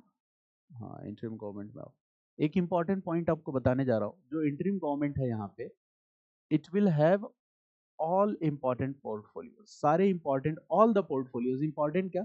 This interim government will have all the portfolios. ये interim government के पास सारे के सारे portfolios होंगे, including war and defence. ये सब कुछ इनके पास होगा. ये सबसे इंपॉर्टेंट है. इसके पहले ऐसा कभी नहीं हुआ था कि वॉर और डिफेंस जैसी इंपॉर्टेंट पोर्टफोलियो इंडियंस को देने की बात की गई. This is for the first time. 2024 में एक प्रीलिम्स का क्वेश्चन है, आज प्रैक्टिस करना. वहां दिया हुआ है कि गवर्नमेंट ऑफ इंडिया एक्ट 1935 में एक फेडरेशन की बात की गई थी, यूनियन की बात की गई थी, जिसमें ब्रिटिश प्रोविंसेस और प्रिंसली स्टेट्स होंगे. ठीक है. दूसरी चीज, ठीक है, वॉर और डिफेंस से related statement. I don't remember the exact statement, तो करा दूंगा क्वेश्चन में आपको प्रैक्टिस. तो याद रखना है कि 1946 से पहले कभी भी डिफेंस जैसी इंपॉर्टेंट पोर्टफोलियो इंडियंस को देने की बात नहीं की गई. वॉर और डिफेंस पहली बार कब मिला है? 1946 में, जो इंटरिम गवर्नमेंट है. ठीक है, इस इंटरिम गवर्नमेंट में डिफेंस पोर्टफोलियो इंडियंस को मिलेगा. पहली बार ऐसा हुआ. This is for the first time.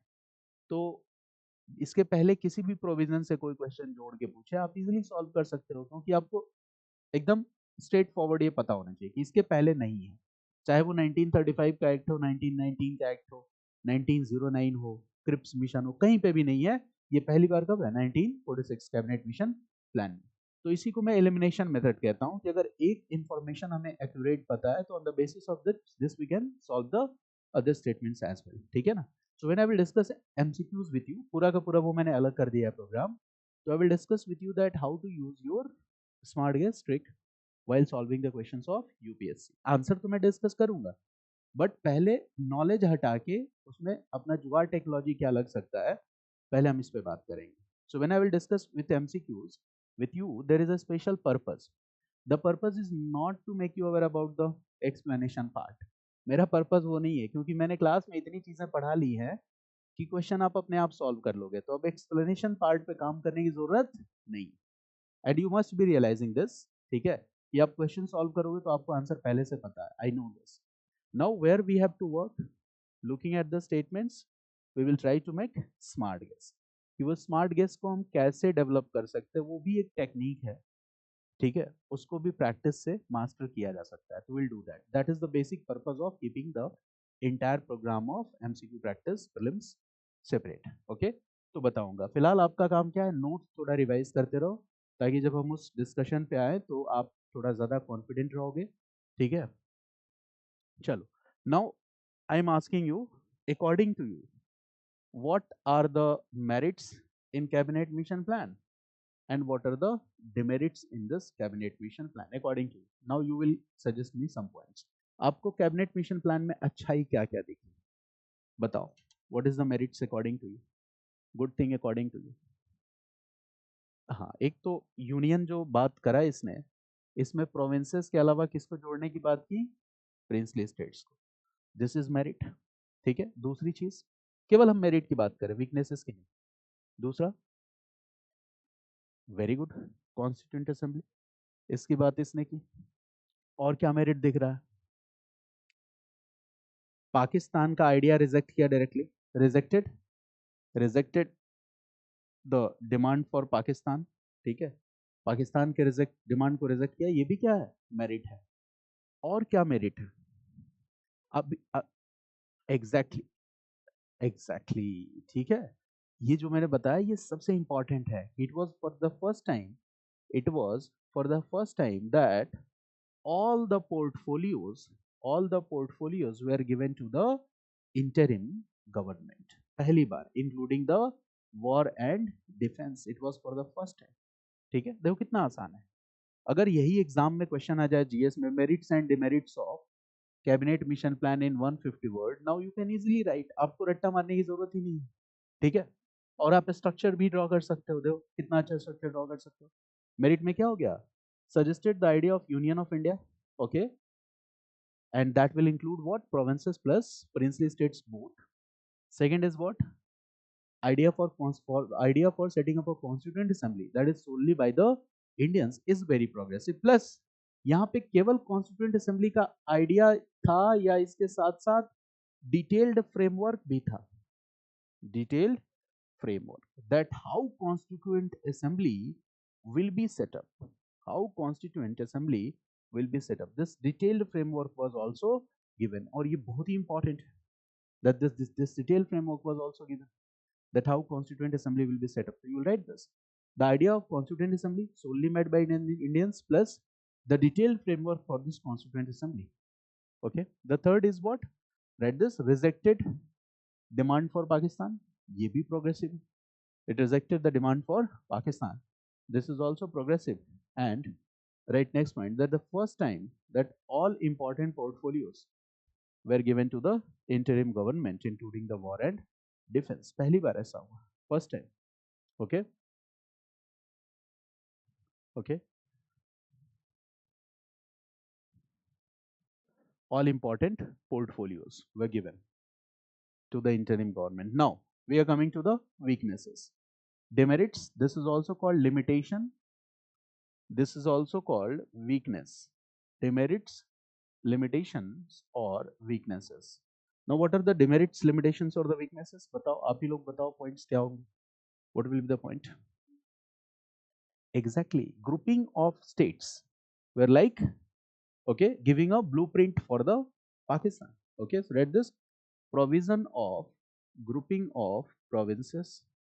Okay, it was like giving substance to the idea of Pakistan, or it was like giving blueprint to the idea of Pakistan. Provision of grouping of provinces, ये अच्छा नहीं था, ठीक है. It was like a blueprint. INC opposed it, INC criticized it. INC ने इस चीज को क्या किया, क्रिटिसाइज किया। दूसरा क्या है बताओ? कॉन्स्टिट्यूएंट असेंबली में प्रिंसली स्टेट से मेंबर्स कैसे आएंगे? नॉमिनेट होकर आएंगे। ये अच्छी बात नहीं है, ठीक है। इससे हमेशा के लिए एक कहीं ना कहीं उनके प्रिविलेज और स्टेटस को मेंटेन करने वाली बात को एक्सेप्टेंस देना हो जाएगा। So write this, okay, in constituent assembly, right, from princely states there will be nominated members. ये भी रिग्रेसिव है। In constituent assembly from princely states, okay, there will be nominated members. This is also not progressive. But overall, what will happen? This cabinet mission proposal or plan was accepted or not? Yes, it was accepted. What is the conclusion overall? Acha, was it progressive in comparison to the other offers? Yes. इसके पहले सबसे serious क्या था? Cripps mission, but उसकी बहुत सारी कमियां थी, ठीक है। But this is if I say that cabinet mission plan was, okay, more progressive in comparison to the previous offers that were given by the British to Indians. So can you write the answer? Yes, you can easily write. ठीक है ना? तो थोड़ा सा ऐसे भी सोचना है कि पहले के ऑफर से ये ऑफर बेटर क्यों है, ठीक है। क्योंकि डोमिनियन क्रिप्स मिशन में क्या था? Dominion status. वहां पे इंडिया के इंडिपेंडेंस को एक्सेप्ट करने की बात नहीं थी, वॉवेल प्लान में भी नहीं आया था। और यहाँ पे कैबिनेट मिशन को स्पेशल इस बात के लिए भेजा गया है कि आप जाओ और इंडिया को इंडिपेंडेंस कैसे दिया जाए इस बात को आप इंश्योर करो। किसको दिया जाए, इसका पूरा का पूरा एक फ्रेमवर्क तैयार करो। So that is more progressive in comparison to the other plans, ठीक है ना। अब आया मुस्लिम लीग को गुस्सा। मुस्लिम लीग को गुस्सा क्यों आएगा बताओ? क्योंकि कैबिनेट मिशन प्लान में it did not give a clear acceptance to Pakistan, it rejected the demand for Pakistan. आया कैबिनेट मिशन प्लान पे गुस्सा मुस्लिम लीग को। And Muslim League will do what? Muslim League will celebrate direct action day, right this, opposing cabinet mission plan, read this, opposing cabinet mission plan, Muslim League will organize direct action day. Muslim League direct action day, Muslim League will organize direct action day. और direct action का day का date क्या है? Read the 16th August 1946. This is the date for direct action. Muslim League will organize direct action day. That is 16th August 1946 direct action. और direct action day का मतलब क्या है? दंगा भड़काएंगे। मेरी बात समझ गया ना? कि हमने मांग के देख लिया, अब क्या करेंगे? लड़कर लेंगे पाकिस्तान, लेकर रहेंगे पाकिस्तान। तो इससे बताओ कॉम्युनल राइट्स बढ़ेंगी कि नहीं? कॉम्युनल राइट्स बढ़ेंगी। So write this, direct action day में write what was the slogan? The slogan was लड़कर लेंगे पाकिस्तान, लेकर रहेंगे पाकिस्तान, ठीक है। लड़कर लेंगे पाकिस्तान, लेकर रहेंगे पाकिस्तान, ठीक है। लड़कर लेंगे पाकिस्तान एंड लेकर रहेंगे पाकिस्तान, ठीक है ना। And right, as a result this triggered, right, this event direct action day triggered, this event direct action day triggered communal rights all across the nation, ठीक है। it triggered the communal rights all across the nation. इससे दंगे हुए पूरे हिंदुस्तान में। it triggered the communal rights all across the nation, right? next point, Bengal was the worst hit. Bengal सबसे ज्यादा उसमें था, Bengal was the worst hit, right? the communal rights were also seen in Bombay, Bihar, United Province.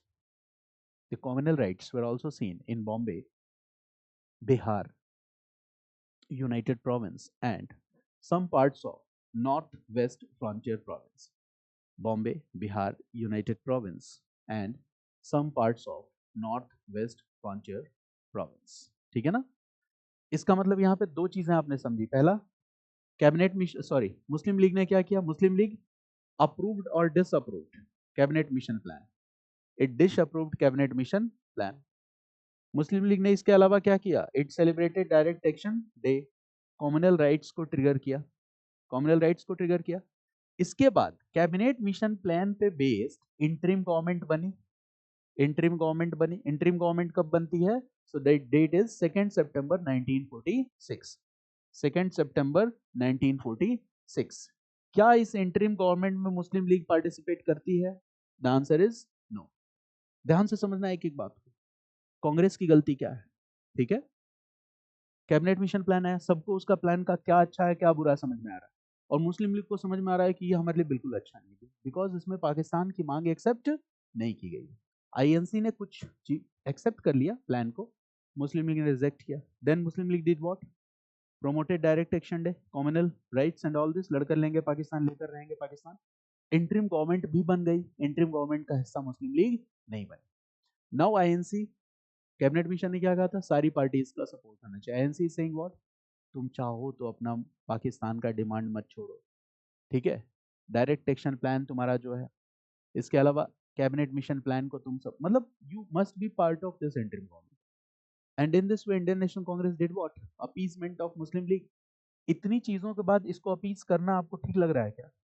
Appeasement ठीक है? नहीं है, आपने अपीस किया, और 26 अक्टूबर 1947, sorry 26 October 1946 the same Muslim league became part of this interim government. वो इंटरिम गवर्नमेंट का हिस्सा भी बन गए। अच्छा, जब वो इंटरिम गवर्नमेंट का हिस्सा बने तो उन्होंने अपनी पॉलिसी भी क्लियर कर दी कि हम इंटरिम गवर्नमेंट में क्यों आ रहे हैं। तो तब भी आपकी अकल घास चरने चली गई थी। पॉलिसी क्या है? Uniform, continuous and consistent obstruction.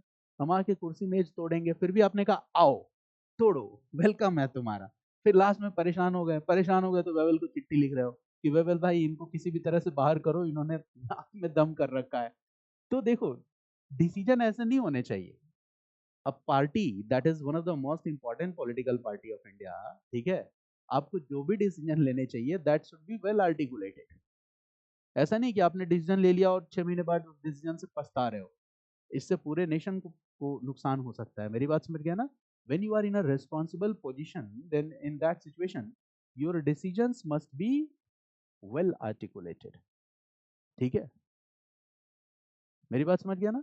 आपको farsightedness होनी चाहिए डिसीजंस को, जो भी रहे, है ना? these are the, you can say that equations, different things in this part. I think cabinet mission plan is clear, ठीक है? इसके बाद हम सीधा आ जाते हैं माउंट बेटन प्लान में। रीजन क्या है कि in between there are so many events that I will cover in the revolutionary activities, because यहाँ इंडियन नेशनल आर्मी मूवमेंट है, देर इज आईएनए ट्रायल्स, ठीक है, सुभाष चंद्र बोस का जो एफर्ट है, but I will come directly to the Lord Mountbatten plan and Indian Independence Act, and then we will accommodate those lectures, क्योंकि इसके बाद फिर से हम शुरू कर देंगे कहाँ से, बताइए आपको, 1905-07, फिर रिवॉल्यूशनरी एक्टिविटीज से स्टार्ट करेंगे, then will discuss socialist, communist, ठीक है? चलिए, now right 1947, important event in 1947, and that is, okay,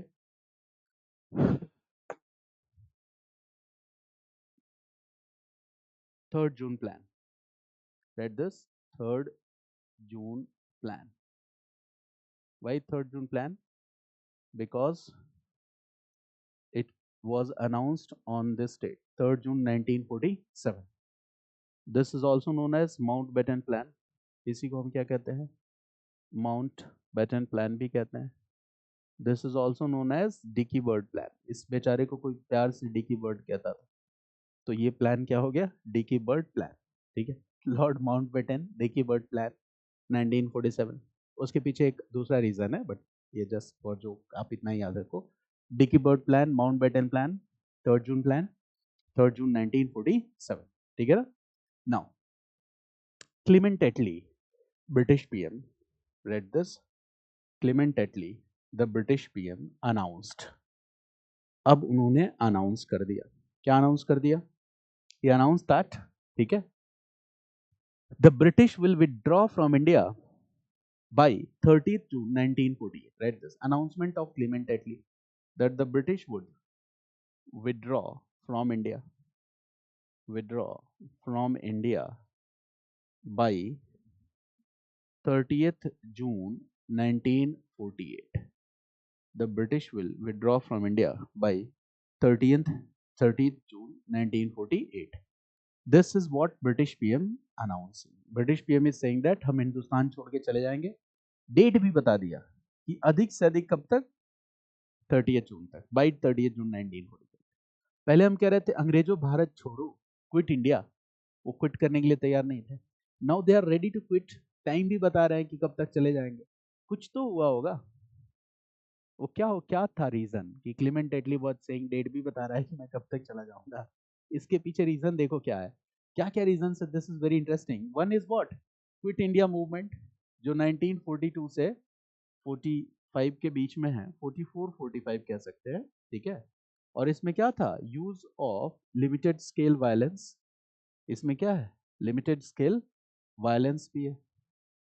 इसका मतलब there are mass movements in India against British in which limited violence is use. Now it is not safer to stay in India, India में stay करना अब बहुत ज्यादा safer नहीं है, it's not safer to stay in India. ये बात तुमको समझ में आ गई क्विट इंडिया मूवमेंट में, ठीक है। जो थोड़ा बहुत कॉन्सेप्ट नहीं समझ में आया वो सुभाष चंद्र बोस ने समझा दिया, right.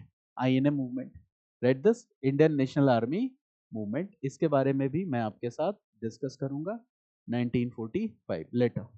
We will discuss it in this chapter, revolutionary activities, यहाँ डिस्कस करेंगे, ठीक है ना, रिवॉल्यूशन एक्टिविटीज में। तो आईएनए मूवमेंट, आईएनए मूवमेंट क्या था, right, Indian national army movement, ठीक है। मतलब जापान में रह के इंडियन नेशनल आर्मी बना ली और वहां से नॉर्थ ईस्ट से होते हुए इंडिया में एंटर करना था। और सुभाष चंद्र बोस को लगा था कि इंडियंस तैयार हैं, they are filled with patriotic feelings, वो हमारे साथ आ जाएंगे और फिर हम क्या करेंगे, ठीक है, अंग्रेजों को भगा देंगे यहाँ से। ये वाला आइडिया था, this is Indian national army movement, but it failed due to some reasons. Now soldiers of Indian national Army were arrested, और जब वो सोल्जर्स अरेस्ट हो गए तो यहाँ पे क्या शुरू हो गया, आईएनए ट्रायल्स, आईएनए ट्रायल्स 1945-46, ये भी आगे मैं डिस्कस करूंगा आपके साथ। क्या ये ना सोल्जर्स पे ट्रायल शुरू हो गए इंडिया में, this is also known as, in history it is known as Red Fort trials, इसको हम क्या कहते हैं, रेड फोर्ट ट्रायल्स, ठीक है। अब आईएनए सोल्जर्स को ब्रिटिश गवर्नमेंट क्या कह रही थी, that they are the traitors, गद्दार हैं। पहले ये ब्रिटिश इंडियन आर्मी के सोल्जर्स थे, इन्होंने पार्टी चेंज कर ली, इंडियन नेशनल आर्मी बना लिया, तो ये गद्दार है। In army this is known as, okay, an act of traitor. Now Indians were considering them what, patriots. तो हुआ हंगामा कि ये ट्रेटर्स है कि पैट्रियट्स हैं। और जब जब इन पे मुकदमा चलता था, ठीक है, तो ये बात न्यूज़पेपर में आती थी, लोगों को पता चलता था, लोग सड़कों पे निकल जाते थे, लोग कहते थे वो पैट्रियट्स हैं, ब्रिटिश गवर्नमेंट कहती थी वो ट्रेटर्स हैं। इसने पूरे के पूरे देश में एक पैट्रियटिक माहौल तैयार कर दिया। मेरी बात समझ गया ना। एंड नाउ ब्रिटिश रियलाइज्ड कि अब इंडिया में रहना सेफ नहीं है। इसके अलावा एक और इवेंट है, that too I will discuss later, that is called RIN mutiny, royal Indian navy mutiny 1946 में, ठीक है। और ये रॉयल इंडियन नेवी जो ब्रिटिश गवर्नमेंट के अंदर थी, ये नेवी ने म्यूटिनी किया इस बार, ये बहुत बड़ी बात थी। आपके जो सोल्जर्स हैं वो आईएनए में जाके मिल जा रहे हैं, नेवल फोर्सेस अब रिवोल्ट करने लगी हैं, इसका मतलब क्या इंडिया में रहना सेफ है। अंग्रेज किसके भरोसे थे, आर्मी के भरोसे। आर्मी में ज्यादातर लोग कौन थे, इंडियंस थे। It means now it was not safer to stay in India. बहुत सीधी सी बात है कि अब इंडिया में रहना बहुत सेफर नहीं। दूसरी चीज क्या थी, at the same time what was happening, okay, international pressure, ये आपको पता है, इंटरनेशनल प्रेशर, यूएस, यूएसएसआर, ठीक है, pressure to give freedom to the colonies, decolonization के लिए प्रेशर था, एक ये भी रीजन था, ठीक है, डीकोलोनाइजेशन के लिए प्रेशर था। इसके अलावा और क्या था बताओ, ब्रिटेन की खुद की जो फाइनेंशियल कैपेबिलिटीज थी ये कोलैप्स हो गई, ठीक है, because Britain was main country which participated in first world war and second world war. Now there were financial challenges before Britain also, financial capabilities, there were financial challenge before Britain also. So if Britain will try to make its control over India, it will have to use army to suppress the national movement, ठीक है, and this will have military expenses, और Britain के पास पैसा नहीं है, और India वाले लोग स्वदेशी वाला आइडिया बहुत पॉपुलर हो चुका है, अब वो ब्रिटिश गुड्स खरीदेंगे नहीं, तो ट्रेड एंड कॉमर्स में भी नुकसान होगा, means overall now this is not a good deal for the British to stay in India. अब उनको ये बात समझ में आ चुकी थी, and the national movement in India was also consolidated to a level where now the people will not step back from their demand of freedom।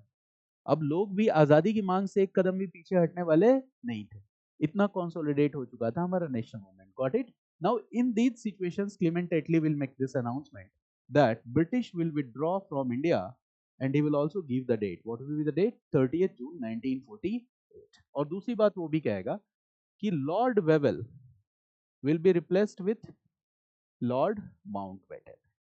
It means now Lord Mountbatten will be sent to India. Lord Wavell will be replaced with Lord Mountbatten.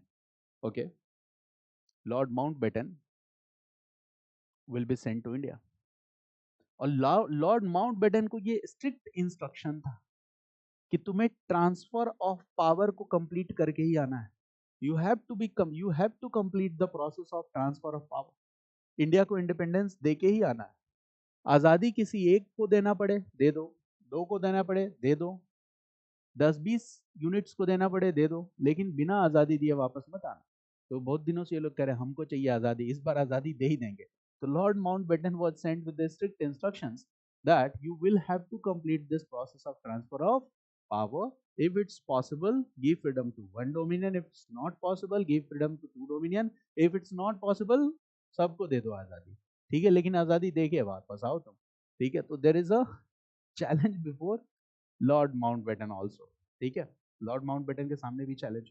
Now when Lord Mountbatten comes, अच्छा काम पहले से आसान कर दिया किसने? Cabinet mission ने.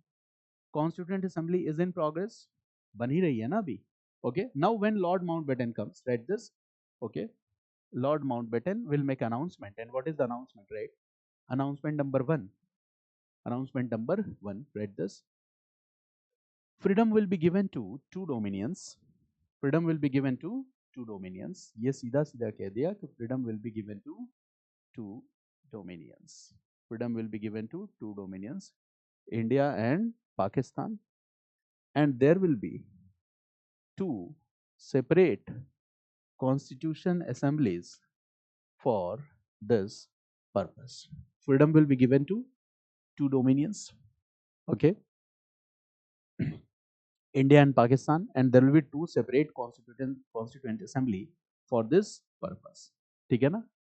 यानी कि independence and partition both will come together. और इस पे मुहर किसने लगाया? Who validated this? Lord Mountbatten. ठीक है ना?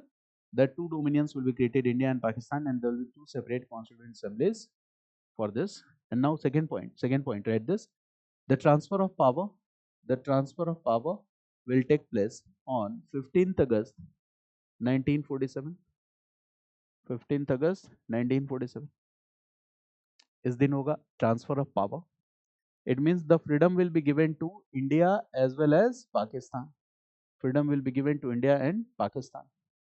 And third point, freedom will be given to India and Pakistan. तीसरी बात, अब बच कौन गया? Princely states. तो प्रिंसली स्टेट्स का क्या होगा?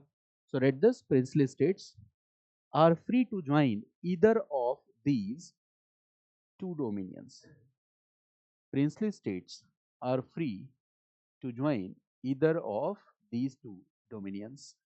Princely states are free to join either of these two dominions. दोनों में से किसी एक डोमिनियन को ज्वाइन कर सकता है. और यहाँ एक बहुत इंपॉर्टेंट बात बता रहा हूँ. माउंटबेटन प्लान में ये नहीं लिखा हुआ है कि princely states are allowed to remain independent. It means this provision is vague, it's unclear, and this will be helpful for India. Mountbatten ने क्या कहा कि princely states are allowed to join either of these two dominion. Hyderabad क्या कहेगा? मैं रहूंगा independent. Vallabh भाई पटेल कहेंगे कहाँ रहोगे इंडिपेंडेंट? कहाँ लिखा है कि इंडिपेंडेंट रहोगे? ऑप्शन क्या है आपके पास? Join either of these two dominions. ठीक है, so it was nowhere written and it was done deliberately.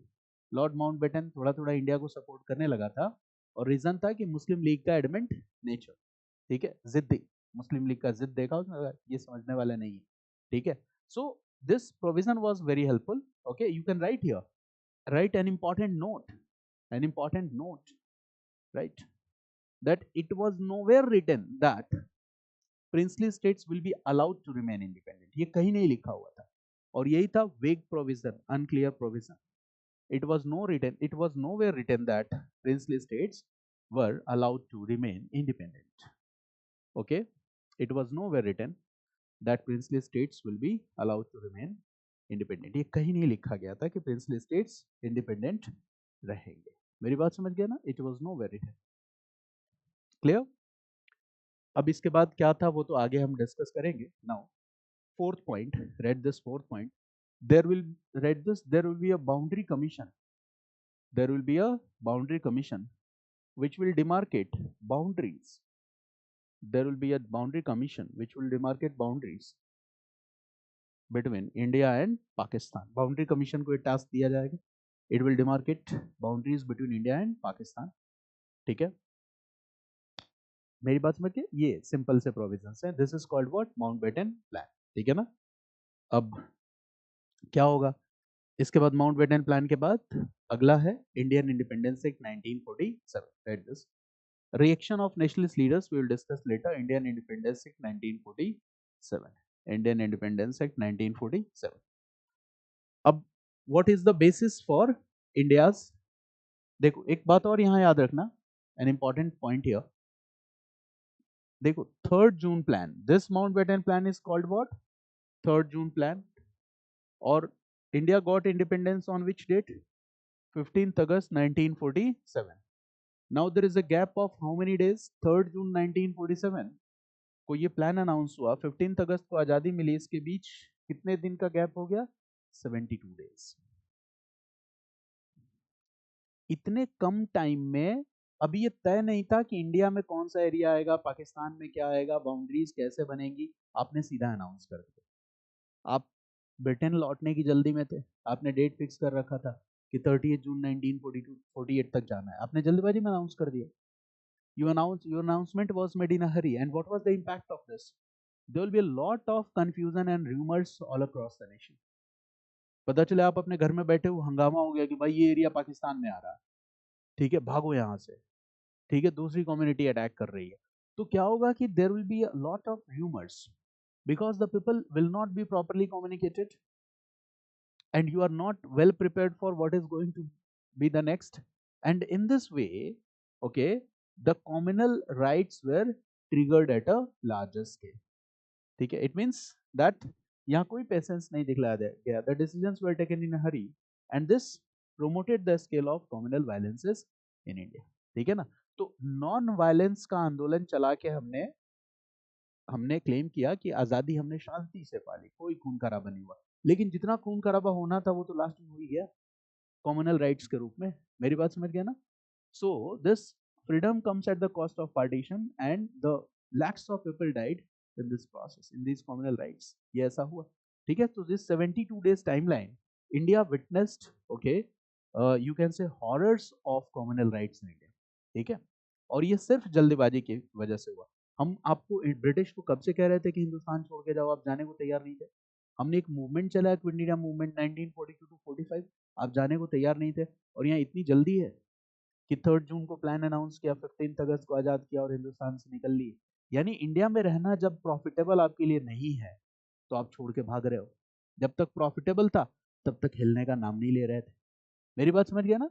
This is the entire story. So this I will discuss in the topic communalism. इसको communalism में कर लेंगे. Now we are coming to the second act, that is Indian Independence Act 1947. And this is very simple. Bharat की आजादी के लिए कानून कहां बनेगा, इंडिया के पार्लियामेंट में या British parliament, British Parliament, simply. Okay, so write this. Okay, Indian Independence Act 1947 was passed in the British Parliament. Indian Independence Act 1947 passed in the British Parliament, and 15th August 1947 onwards, two dominions were created, India and Pakistan. ठीक है ना. 15th August 1947 two dominions were created, India and Pakistan. ठीक है. अब यहाँ पे boundary commission का chairman कौन होगा, Cyril Radcliffe. Read this. It was decided that Cyril Radcliffe will be the chairman of this boundary commission. It was decided that Cyril Radcliffe will be the chairman of this boundary commission. वो उस boundary commission के chairman होंगे. Got it. दूसरी चीज देखो, next third point. अब आप बताओ कि सेक्रेटरी ऑफ स्टेट, ये ऑफिस रहेगा या खत्म हो जाएगा. Secretary of state, he was the representative of British Parliament ना. तो read the Secretary of State. The office of Secretary of State was abolished because ये British Parliament का representative था. तो इसकी जरूरत कहाँ थी अब हमें, अब तो इंडिया आजाद हो गया. तो office of SOS will be abolished. Office of Secretary of, okay, State will be abolished. Now office of secretary of Commonwealth nations will be created. ये आ जाएगा, office of secretary of Commonwealth, Commonwealth affairs, sorry, office of secretary of Commonwealth affairs will be created, office of secretary of Commonwealth affairs will be created. ठीक है, right, next point, emperor of India और emperor of India, this word was dropped from the titles. पहले क्या था कि India का emperor कौन था, ब्रिटेन का emperor, so this emperor of India, this word was dropped, emperor of India word was dropped. ठीक है, राइट, नेक्स्ट पॉइंट, अब governor general was the representative of crown, governor general का क्या होगा, तो right this, governor general will have its power till the effective implementation of Indian Independence Act 1947. Governor General will have its power till the effective implementation of Indian Independence Act 1947. जब तक Indian Independence Act 1947 effectively implement हो जाता है तब तक governor general के पास उसकी power रहेंगी। ठीक है, till the effective implementation, okay, of Indian Independence Act 1947, मतलब ये टास्क कंप्लीट करवाने के बाद गवर्नर जनरल की पावर क्या हो जाएंगी, खत्म हो जाएंगी। ठीक है ना, right, next point, okay, the suzerainty and paramountcy of British crown over India was ended as a result, suzerainty and paramountcy, suzerainty and paramountcy of British crown over India was ended as a result and India got freedom, okay, and India got freedom, suzerainty and paramountcy, ठीक है, of Britain over India will be ended and India will get freedom। अब इस पूरे के पूरे episode में एक बात जो आपको दिख रही होगी वो क्या है, इंडिया ने कॉमनवेल्थ नेशंस का मेंबर बनना स्वीकार किया। ठीक है, ये कॉन्सेप्ट समझ लो, write this concept of India and Commonwealth nations member, write this, India and Commonwealth nations member, Commonwealth nations member, this concept is very important and I'm explaining here, okay। देखो क्या है Commonwealth nations, क्या I have already discussed that which country is having first rank in possession of colonies all over the world, so Britain was having largest number of colonies all over the world। ये बड़ा ही simple सा है कि Britain was having largest number of colonies all over the world, colonies all over the world, and in many of these colonies Britain was present from centuries से रह रहे थे। It means there will be a relation between Britain is the parent country, for example India was a colony of Britain, ठीक है, Britain is the parent country, India is a colony। In the same way Pakistan was also a colony ना, ठीक है, तो ये सिर्फ ऐसा India के केस में तो नहीं है ना, बर्मा भी है, and there are so many countries which were the colonies and Britain was present there for centuries, ठीक है, and 1945 onwards what happened, process of decolonization started, process of decolonization started, it means Britain started giving freedom to its colonies, Britain ने अपनी colonies को freedom देना शुरू किया। ठीक है, लेकिन ये बताओ कि जिसके साथ भी आप सेंचुरीज तक रह गए, भले ही रिलेशन कुछ और, यहाँ पे रिलेशन क्या है, one is the parent country and the second is the colony, whatever is the relation, but Britain has maintained it's relations with Indians for more than 2 centuries। ठीक है, 2 century मतलब एक तरह से देखो तो 1600 से आप जोड़ सकते हो, ठीक है, टिल 19 मोर देन 3 centuries। ठीक है, now in this situation obviously there will be a kind of common political faith, common economic interests, ठीक है ना, and after freedom these common relations cannot be ended completely, और इनको खत्म करना अच्छा भी नहीं होगा। जैसे मान लो कि ट्रेड एंड कॉमर्स है इंडिया और ब्रिटेन के बीच में जो चल रहा है, क्या आजाद होने के साथ क्या आप उसको कंप्लीटली फुल स्टॉप कर दोगे, क्या नहीं, ठीक है, मेरी बात समझ गए ना। मान लो हिंदुस्तान में जैसे वो लगान फिल्म का हीरो था, उसको प्रेम हो गया वो विदेशी लड़की से, वैसा बहुत सारा हुआ होगा। तो क्या सब लोग छोड़ देंगे क्या परिवार, रिलेशन? नहीं। तो देखो यहाँ पे एक आइडिया है कि क्यों ना ऐसा हो कि जितने भी यूनिट्स हैं जो पहले ब्रिटेन की कॉलोनीज रह चुके हैं, ठीक है ना, ब्रिटेन उनके साथ एक लॉन्ग टर्म और परमानेंट रिलेशंस को मेंटेन करेगा, and these relations will be based on the idea of equality. सब इक्वल होंगे, यहां तक कि in these Commonwealth Nations Britain will also be a member. मेरी बात समझ गया ना? जैसे ब्रिटेन में एक है ब्रिटेन नेशनलिटी एक्ट 1949, और वो ब्रिटेन नेशनलिटी एक्ट 1949 ब्रिटेन के सिटीजन्स को भी कॉमनवेल्थ सिटीजन्स कहता है। इसका मतलब कॉमनवेल्थ का मेंबर होने से आपकी सजरेनिटी पे कोई प्रभाव नहीं पड़ रहा है। There is no any impact. Even Britain citizens, even the British citizens will also be known as commonwealth citizens. Commonwealth citizens, even the British citizens will also known as commonwealth citizens, ठीक है ना? So this idea, the main idea was to maintain the same relations that maintain the centuries old relation in future in a progressive and constructive manner, कि future में हम उसको progressive और constructive manner में कैसे रिटेन कर सकते हैं। Now independent India, India gets ready to become the full member. Now India is the full member of Commonwealth Nations.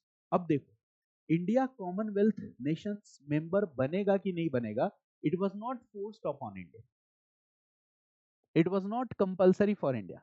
India had to take an independent decision कि मुझे बनना है कि नहीं बनना है। तो इससे तो हमारी आजादी कहीं से भी नहीं प्रभावित होती है ना।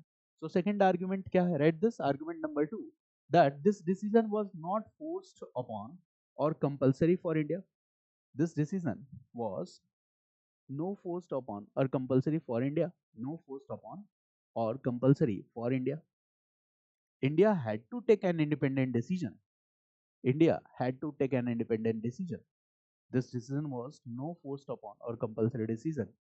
India had to take an independent decision, and there was no any legal sanction behind Commonwealth membership.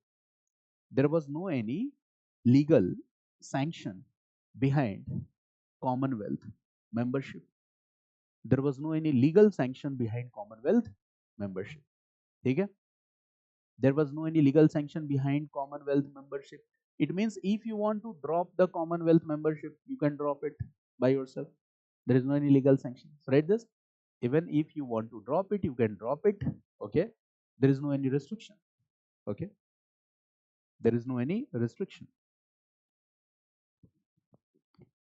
Clear? It means, write this here, Commonwealth simply means a free association of independent members. Commonwealth simply means a free association of independent members along with Britain.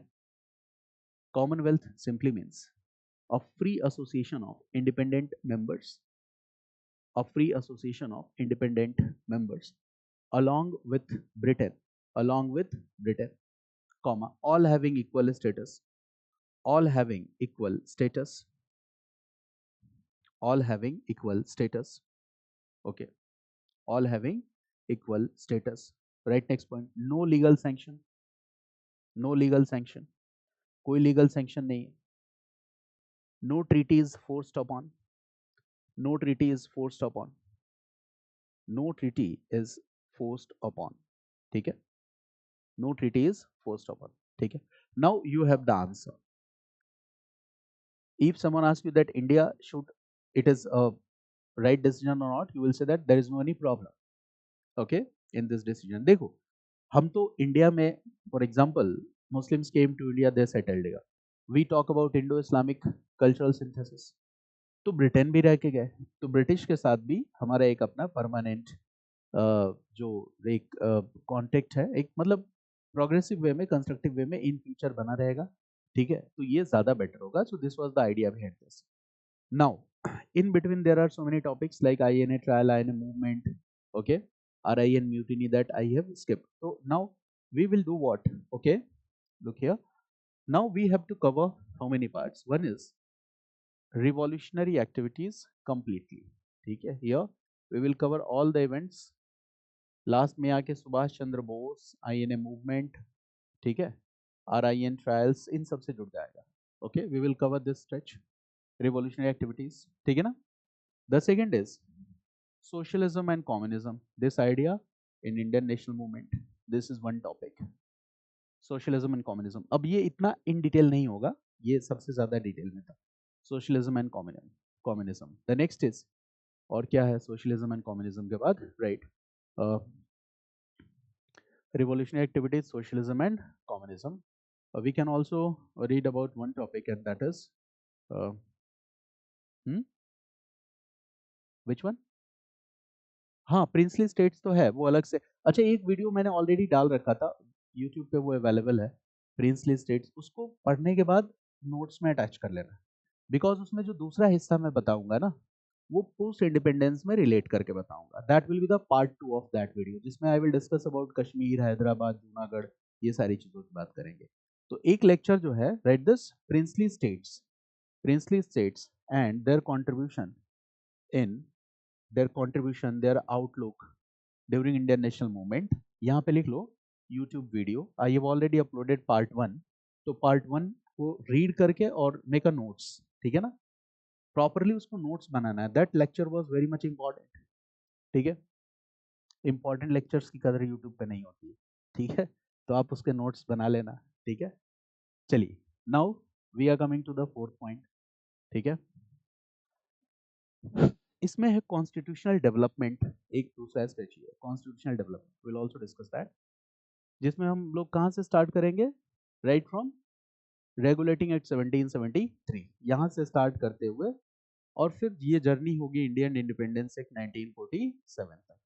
Now the fifth chapter is, right, growth of communalism in India, इसमें ज्यादा time नहीं लगेगा, hardly 1 our, ठीक है, growth of communalism in India, इसको समझेंगे, growth of communalism in India, and lastly the next part will be post independence in detail, here I will discuss till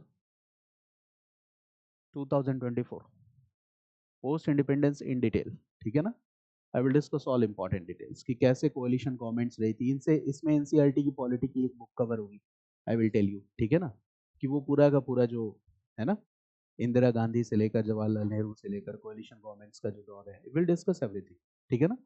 So this will give you a very good basis for your polity as well as IR topic, इससे आपको वो insight मिलेगा यहाँ पे, ठीक है ना। So these are the topics that we need to cover. So in next class we are going to continue with this part, that is revolutionary activities, ठीक है ना, और लास्ट में इसको भी करेंगे कॉन्स्टिट्यूशनल डेवलपमेंट। एक वीडियो आप यूट्यूब से देख लेना, दिस वीडियो प्रिंसली स्टेट्स वाला, उसमें है, एंड द सेकेंड पार्ट उसका जो होगा आई will cover in this topic post independence, ठीक है ना, इट विल टेक 2 आवर्स, तो बता दूंगा ये उसी वीडियो का पार्ट 2 है, and that part I will put on YouTube also, इसको यूट्यूब में डाल दूंगा तो वो सीक्वेंसिंग कंप्लीट हो जाएगी, गॉट इट। और इसके बाद क्या करना है, राइट नाउ, अब क्या करना है, जैसे ये टॉपिक फिनिश हो जाएगा आपका रिवॉल्यूशनरी एक्टिविटीज और ये क्या कहते हैं constitutional development, you will get a lot of questions from this part also, तो प्रिपेयर ऑल द PYQs, जितने भी PYQs हैं कर लो, 2 और 3 टाइम्स 4 टाइम्स जितना भी आप कर सकते हो, and then I will do what, I will discuss PYQs but not just after finishing this module, नहीं, उसके बाद ब्रेक दूंगा 15 to 20 days का, so that you could revise the themes, means I will start ancient, medieval and culture at the same time, but you will get a time so that you could revise all the things in modern Indian history, अपना notes पढ़ सको, and then I will teach you that how to use smart skills in solving the PYQs, ठीक है ना, सारे के सारे questions पे अप्लाई करेंगे कि देखो कहाँ पे एलिमिनेशन मेथड वर्क कर रहा है, कैसे ट्रिक्स होते हैं, कैसे इन ट्रिक्स को यूज किया जाता है, और वो आइडिया आपके प्रीलिम्स को क्लियर करने में बहुत ही हेल्पफुल होगा, those ideas you can apply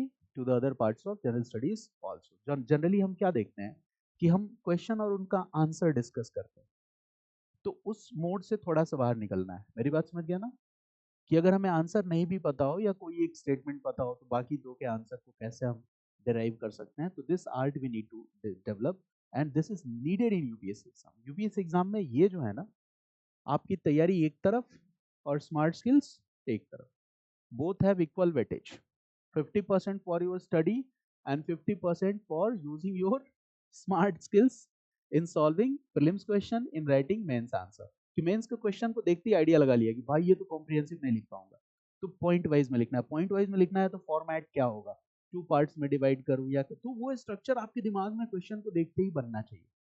And this will save time and you can write effective answers, and all this needs what, practice, और ये one time practice है। Keep doing history with me and once the history is completed, ठीक है, अगर unfortunately कभी दूसरा attempt देना भी होगा तो आपको लगेगा कि भाई एक मॉड्यूल तो मेरा पूरी तरह से 100% कंप्लीट है, ठीक है। अगर ऐसे सोचो, अगर आपने 3-4 बेसिक जीएस के मॉड्यूल्स कर लिए तो एग्जाम आपके लिए डिफिकल्ट कहाँ रह जाएगा। करंट अफेयर तो हर साल नया हो जाता है ना, ठीक है। अगर मान लो आपने किसी बच्चे ने 1 साल प्रिपरेशन करी, करंट अफेयर पढ़ा, नहीं हुआ एग्जाम, अगले बार प्रीलिम्स फेल कर गया, तो जब वो थर्ड अटेम्प्ट दे रहा होगा तो उस समय सारे करंट अफेयर्स नए होंगे, तो उसके पास अपना जो एसेट होगा वो क्या होगा, ये। वहां तो फिर करंट अफेयर नया पढ़ना होगा। तो अगर आप फाउंडेशन पे फोकस नहीं करोगे स्टैटिक थीम्स के, तो आपके पास अपना कुछ कैपिटल नहीं होगा, ठीक है। तो एग्जाम में इसी वजह से थोड़ा तनाव ज्यादा हो जाता है, तो तनाव कम करने का यही तरीका है, ठीक है, कि स्टैटिक पोर्शन पे फुल कमांड डेवलप करिए। Have you any question, any doubt regarding today's session? नहीं, चलिए, thanks to all of you. Welcome.